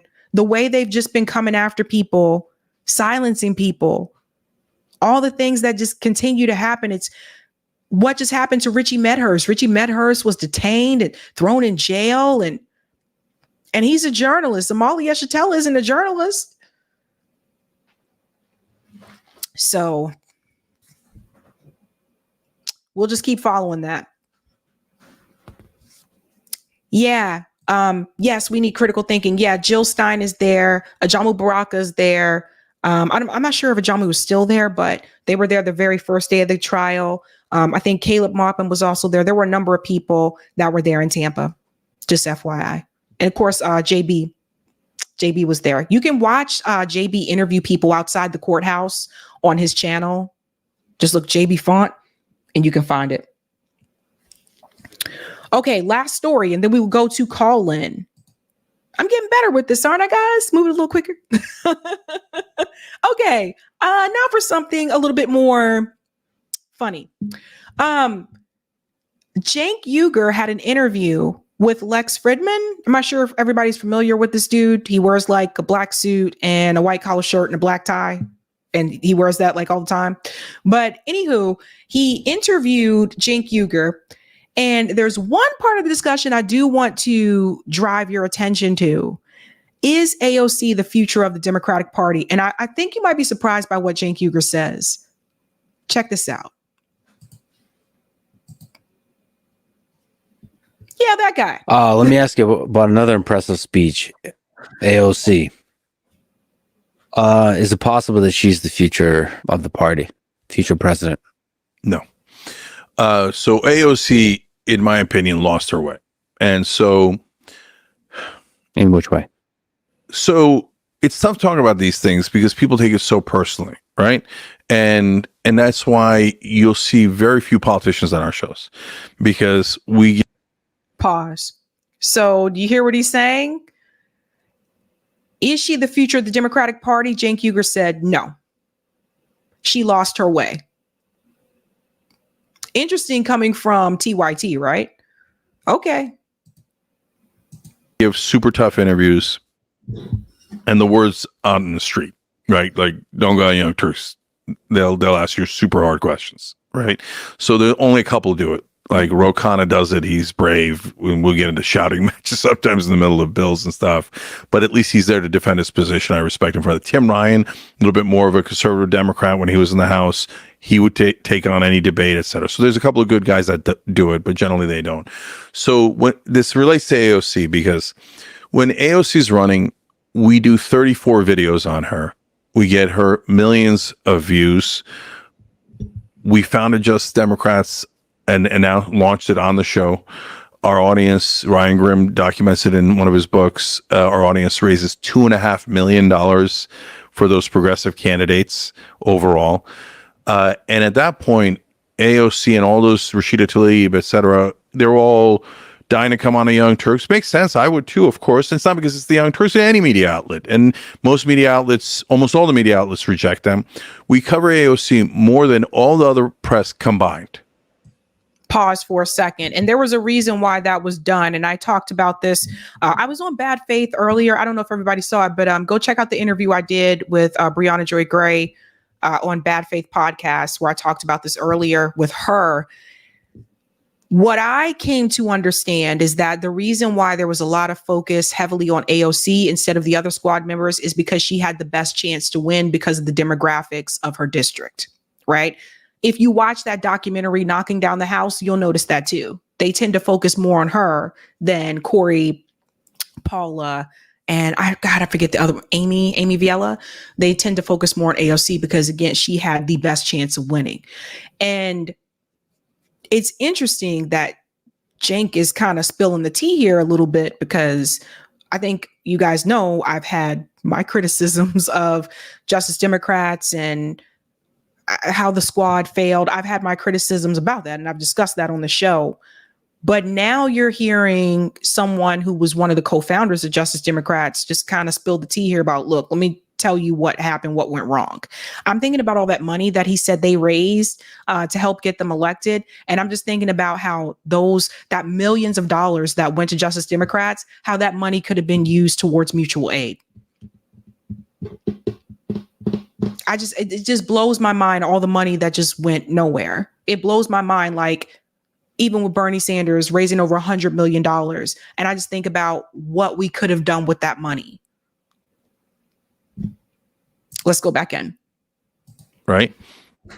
And she wins for a number of reasons. That's one of the reasons, but there's many others, and she did a terrific job herself. She then takes Shoykant and Corbin, who were Shoykant was the head of Just Democrats, and Corbin was communications director for Just Democrats. Then Shoykant made one of the most brilliant political decisions arguably in American history. He called me and he said, Cenk, I'm going to go from head of Just Democrats to running AOC's campaign. And I'm like, well, the other candidates are going to get pissed. And you're staking the entire enterprise on one candidate. And I'm like, Shoykant, I'm not in it. I'm doing the media arm. You're in the trenches. You're the guy making the decisions. So I'm going to trust whatever you say. You sure? And he said, yeah, I'm sure. So him and Corbin go over to AOC's campaign. AOC then wins that miraculous win. Then she hires Shoykant to be her chief of staff, and she hires Corbin to be her communications director. Within 6 months, they're gone. And once they're gone, AOC then goes on an establishment path. Okay. Because why were they gone? Oh, they insulted one of her colleagues. Yeah, that colleague who's a total corporatist and was selling out one of our policy proposals. So this is interesting. Yeah, Zeneb says, this is so weird to hear Cenk actually talk about what happened. Holy crap, all these years of gaslighting. What I tell everybody all these years. Wow. Yeah. So I was shocked. I was shocked when I saw this interview, because I was like, he's really saying this? Like there was a lot of defense of AOC for quite some time. And now you guys are finally getting to hear from him about what really like went down. It's crazy, huh? If you don't call out your own side, you're never going to get anything done. But if you call out your own side, you become persona non grata, and it is super uncomfortable. And we couldn't get them to do things that were uncomfortable. Now, she's going to find that outrageous, and she's going to be very offended by that. And she's going to point to a bunch of things she did that were uncomfortable. And to be fair to her, she's until that speech, she was pretty good on Palestine when we desperately needed it. She was pretty good on a bunch of issues. Cori Bush did that campaign on evictions, et cetera, on the Capitol steps. That was great. AOC's original sit-in Pelosi's office. At that point, we're all still on the same team. It's a spectacular success. Me, Corbyn, and Shoykot are saying, do it again, do it again. Like, not don't abuse it. Like, don't be a clown and do it every other day. But like, when it matters, you need to be able to challenge Pelosi, right? And see, in my opinion, she just got to a point where she got exhausted being uncomfortable. It's like, it's really hard. The media hates you, and they keep pounding away and calling you a radical, and you're destroying the Democratic Party. You're destroying unity. So whereas if you go along, all of a sudden you're a queen. It's really interesting because I got to tell you guys, it's weird how things line up, because the interview that I did with Bree, we recorded it yesterday and it premiered today, but I saw this video after I recorded the interview with her. And so there's some similarities with what we said, but it seems like to me that, you know, I mean, the assignment of Justice Democrats was to fight back against the Democrat establishment, like the majority of the party. That was the assignment. And it just almost kind of seemed like, for me, like I told Bree, I was like, I think she realized it was easier to just go along with Dem establishment and have a political career than to be ostracized. That's what it seems like. And my thing is, like, that's the case. Own that shit. Okay, own it. Just say, yeah, look, I'm focusing on my career. Own it. Own it. Own it. Don't go attacking other people and, like, you know, getting mad at them. Don't go attacking Jill Stein because who's running on a left platform, has always ran on a left platform. Don't go attacking her because Kamala isn't polling well. That's where this is coming from. Okay, you didn't attack Cornel West when you had the interview with Pod Save America and they told you Cornel West announced that he was running. You didn't attack him that way. You didn't attack him that way because they didn't have that polling data. Once those polls came out for when it was Kamala, those polls started coming out. Oh, no. But no, she didn't attack him that way. So just own it. If you said you decided I'm going to focus on my career, that was then, this is now, I'm going to focus on my career, say that and own it. I would have much more respect for you if you just did that. I really would. I'm like, well, at least she owned it. And now all of a sudden the mainstream media is saying, oh, AOC, she could be the progressive. I mean, there's some degree to which you want to sometimes bide your time and just like rest a bit. And yeah. I think from my perspective, maybe you can educate me. She seems like a legit progressive, legit even populist, charismatic, young, like a lot of time to develop the game of politics, how to play it well enough to avoid the bullshit. I guess she doesn't take corporate PAC money. That's right. No, she's still true on that. So as far as just looking over the next few elections, like who's going to be running, who's going to be a real player. She just seems like to me, it seems like an obvious person that's going to be in the race. So while I fight for the ideal, I'm very practical. So, for example, she wins, and then one cycle later, after 2020, there's these guys who wanted to quote unquote force the vote, and it was on the speakership of Nancy Pelosi, and they wanted to use it to get Medicare for all. I'm like, guys, forcing a vote is a terrific idea. On the speakership, okay, who's your alternative? Oh, we don't have an alternative. Already giant red flag. Okay. What's the issue you're looking to have them vote on? Medicare for all. Oh, you don't know politics. So I love Medicare for all. We have to get Medicare for all. But if that's the first one you put up without gaining any leverage, you're going to get slaughtered. Let me just pause here and just say this. This is what I've thought for quite some time. With force to vote and Medicare for all, the strategy comes from the DSA handbook, right? Ideally, and this is why I say it should be left up to the grassroots to handle the activism. I stand firmly by that. Ideally, this call to action should have been led by Democratic Socialists of America because it's their strategy from their handbook. And they should have been on the ground making the demand for them to force the vote. And not just making the demand for them to do it, but I mean in a room with them explaining, here's what we should do now that you have that narrow majority and we are going through a pandemic. Here's how this can work. That didn't happen. So it seemed like it was kind of on podcasters to get together and say, hey, let's do a force to vote town hall. Let's invite all of them to it. And I still go back to this and I still say, I think it should have been led by the grassroots on the ground. I think DSA really should have done this. It's their strategy. You have it in your handbook, own it.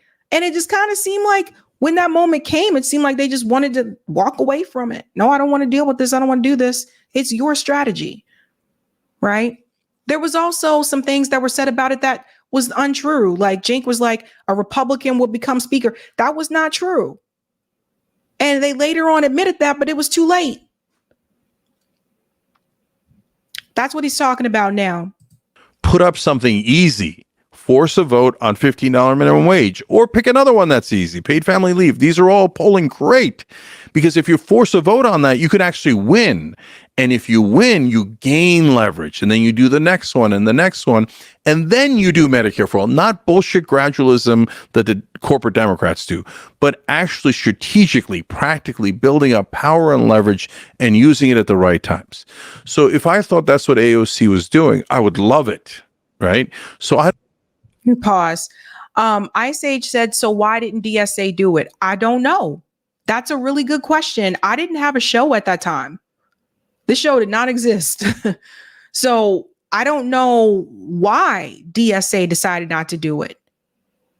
But it seemed like to me, it was very apparent. I know Bree talked about this one time when she was on Rising. She said that a call went out and said, they're not going to do it.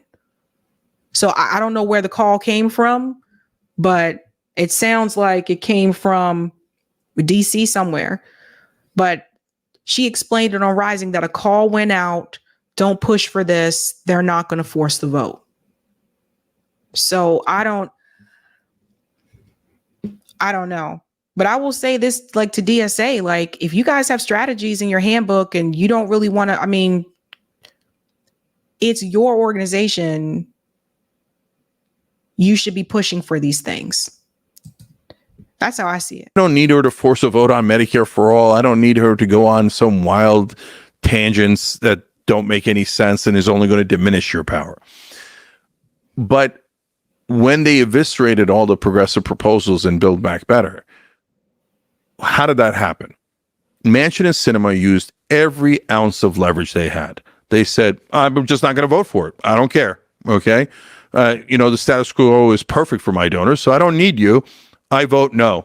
Okay. Now take out everything I want. And Biden did, right? Progressives had to push back and say, here is 2 to 3 proposals, right? Not everything, 2 to 3 proposals. They all poll over 70%. They're all no-brainers, and they're all things that Joe Biden promised. We want those in the bill, otherwise we're voting no.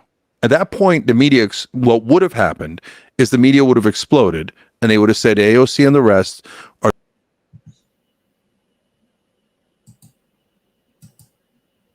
Yeah, I think Eric, my page is unresponsive again. If you can come on, my page froze. Eric, if you can hear me, I don't know if you can hear me or not. Yeah, I don't know if you can hear me. Hold on, guys.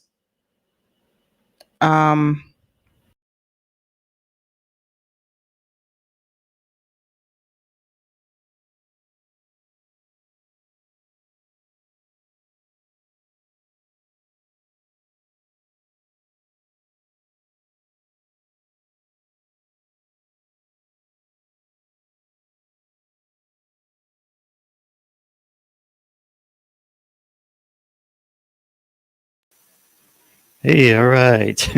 I think Sabby dropped out. Let me clear this. There we go.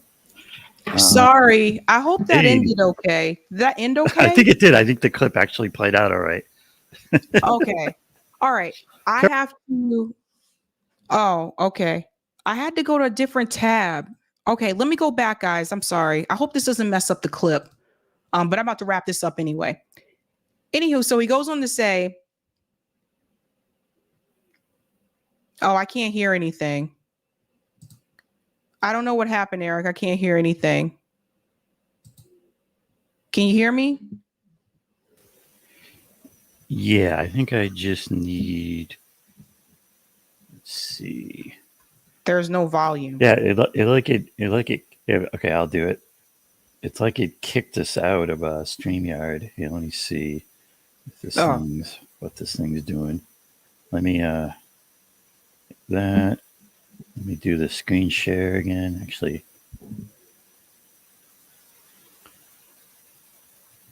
reload. Yeah, it was Chrome, man. It says it's Chrome froze on me. It says this page is unresponsive. Maybe, but I think it was mostly StreamYard because it happened to both of us. All right, I'm just reloading this page share. I might have been just that kind of a night.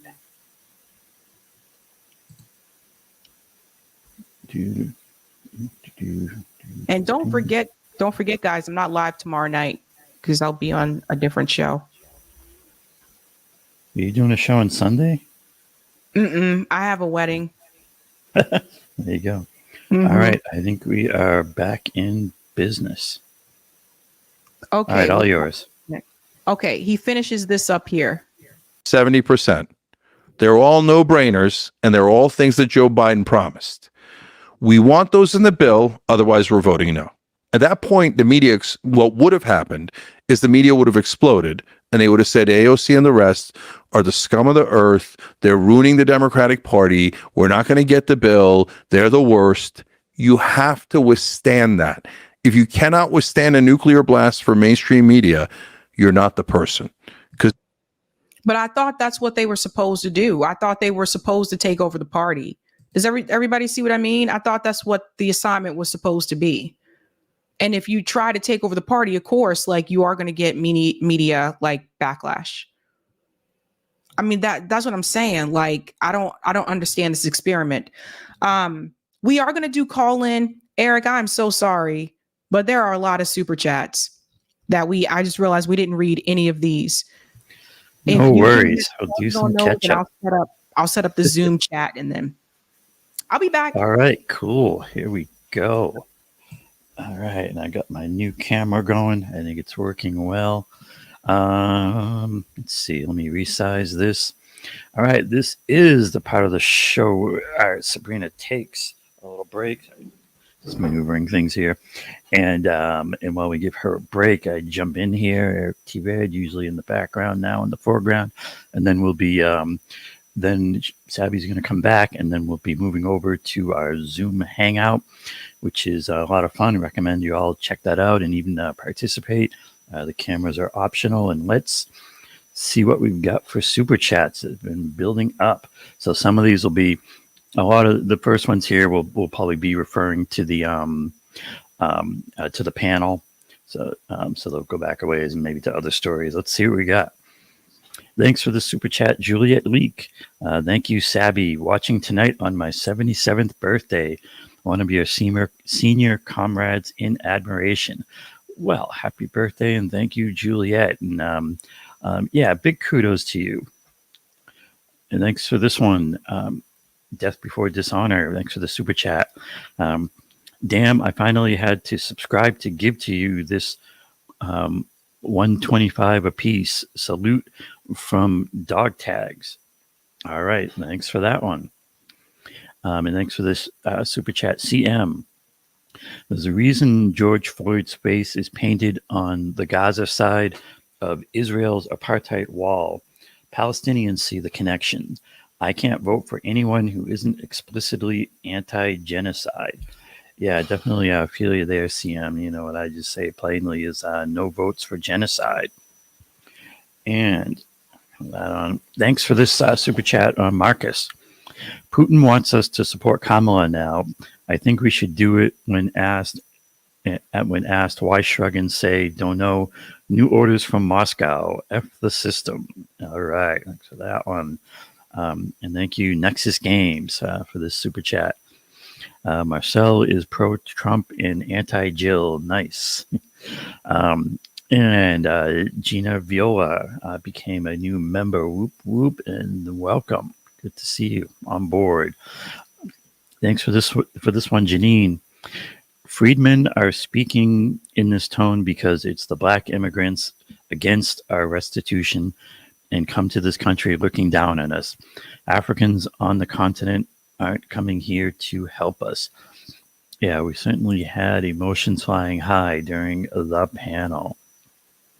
And thanks for this unemployed scholar.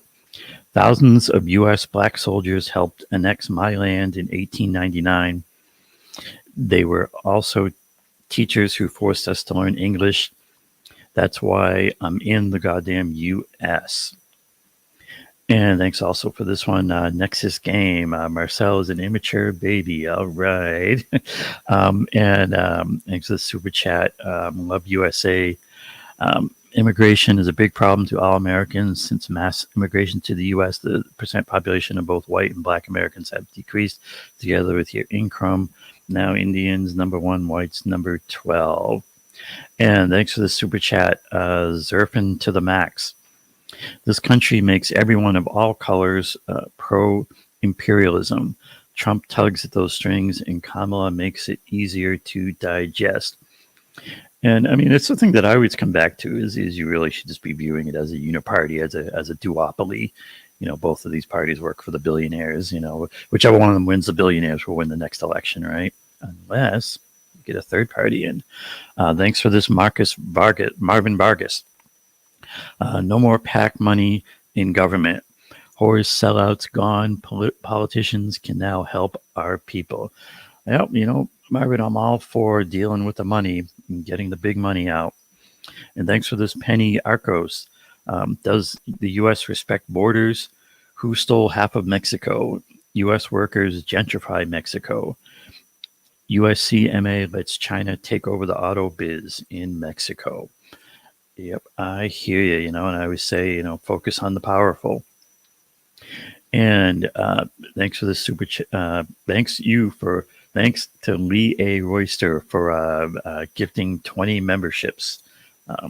And so, yeah, that got a lot of people free memberships. Thank you on the Sabby YouTube channel. Thanks to the super chat, Chief. Something percent. Thank you, Denise. Okay. And thanks for this one, Nexus Games. Was that census for Black Americans or freedmen? Can't have it both ways, Marcel. And thanks, Nimo, for the super sticker, and also Renee Lindsay. Appreciate that. And Chai2ATL, thanks for the super chat.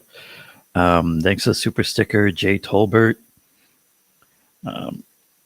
And thanks for the super chat, Love USA. You don't want to, who says you don't want to take care of yourself before others. You don't want Americans first.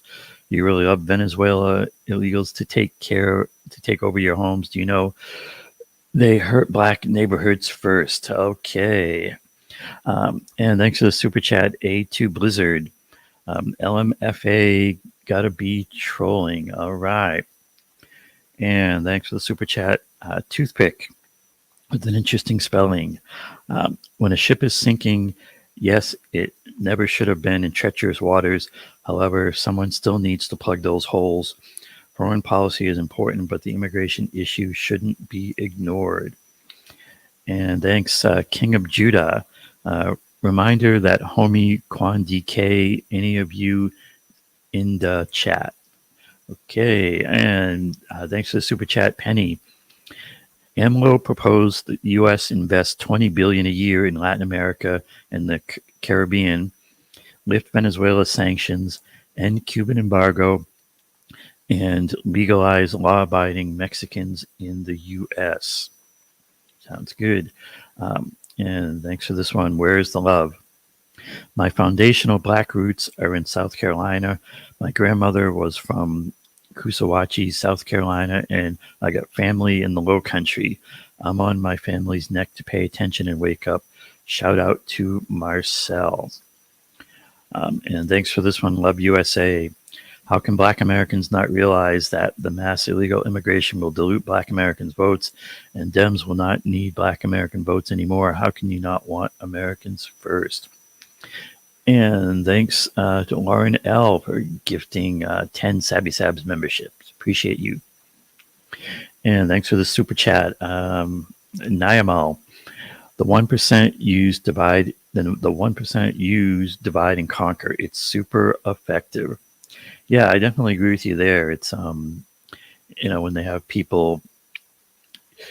The way I always look at it is, you have all this conversation and arguing going on, and no one's even mentioning the military-industrial complex, the billionaires, the monopolistic corporations. Then the corporate establishment is pretty happy with what we're doing. I'll put it that way.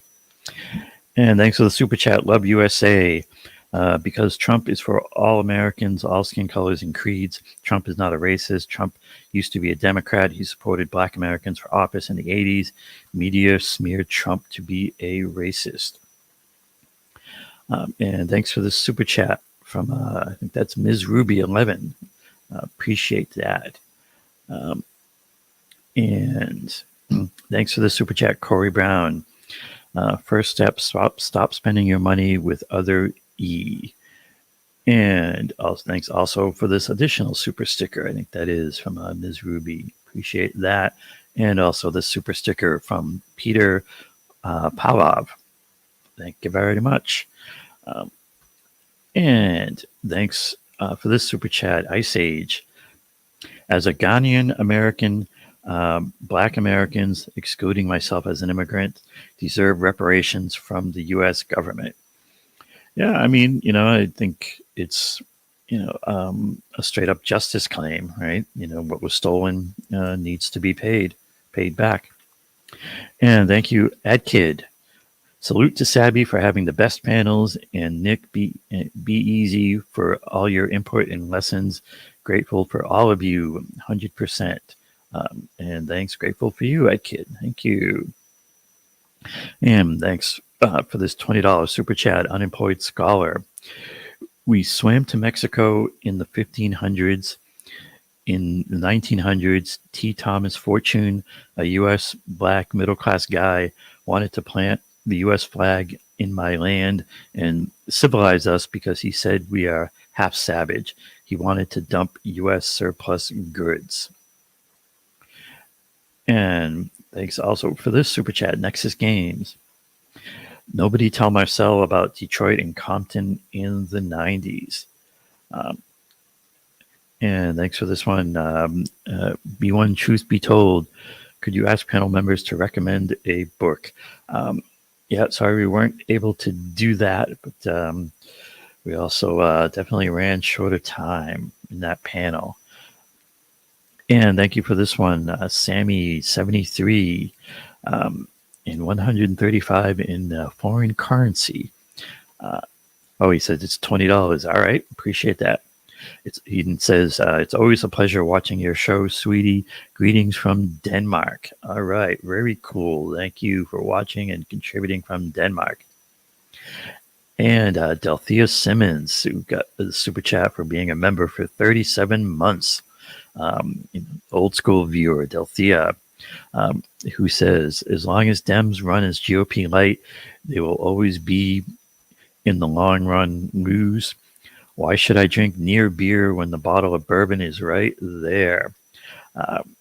Well put, Delthea. And we miss you in our call-in Zoom after shows. You should stop by and see us again. And thanks for the super chat. Where's the love? Kamala lost Philly. Trump will definitely get PA. It's a lot of super chats. All right, we're still getting through them.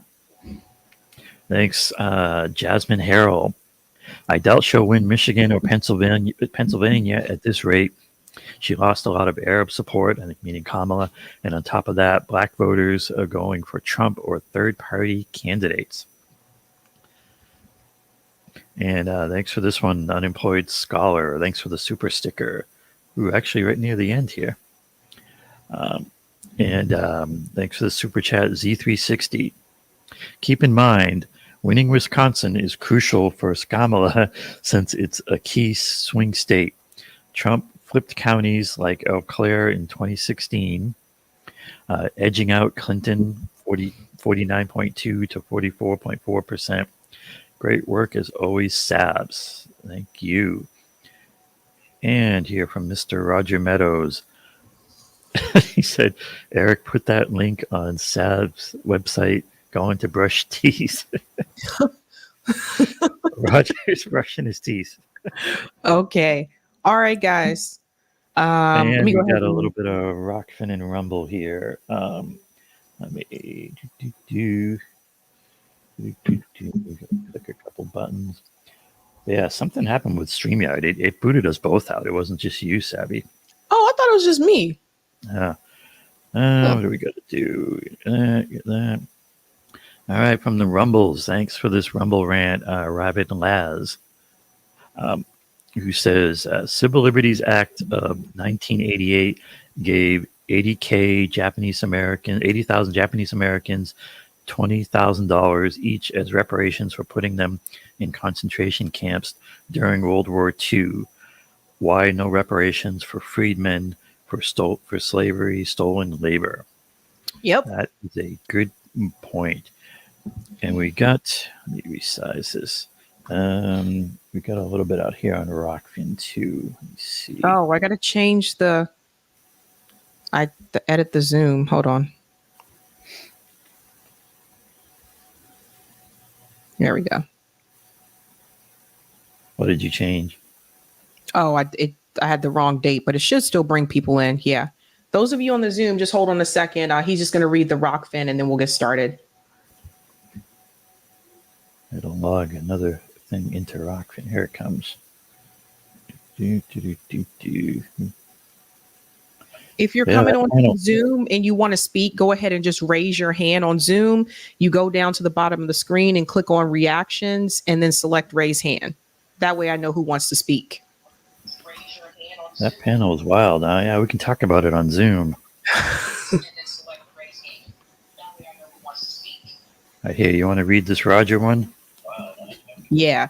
Sabby, just don't do president, hit the tab for Senate. That's where the real fight is, because Dems and GOP neither will get a net gain of 10 to overcome the legislative filibuster. But you don't have to check it today. Maybe next time, governor races too. Okay. All right. Another thing is you can go to, and I'll put it in the chat, sabbysabs2.com and get into the Zoom that way, the easy way as well. Yeah, I know it's super late, guys. So I'll try not to take too much of your time. All right. Now we also go to Sabby Sabs 2. All right. And let's clear this. Yeah. So that Zoom link is pinned to the top of the chat, but also, as Eric said, if you just go to sabbysabs2.com, you'll see the link there as well. Our new thing. But we're already in the Zoom room, so I'm going to go ahead and get started. I know people are waiting and it's getting late. All right, guys. Make me co-host. Yeah. Thank you so much for joining, guys. I know it has been a long discussion. I'll find Eric here. Eric, when you get in, raise your hand so you come up to the top so I can find you, and I'll make you the co-host. Anywho, thank you guys so much for hanging out with me tonight. Remember, I'm not live tomorrow night because I'm actually going to be on RB Ham's show. So, yeah. So you'll see me again live on Tuesday night. That's when I'll be back live. Okie dokie. Have a good night. Keep up the fight. That panel was wild.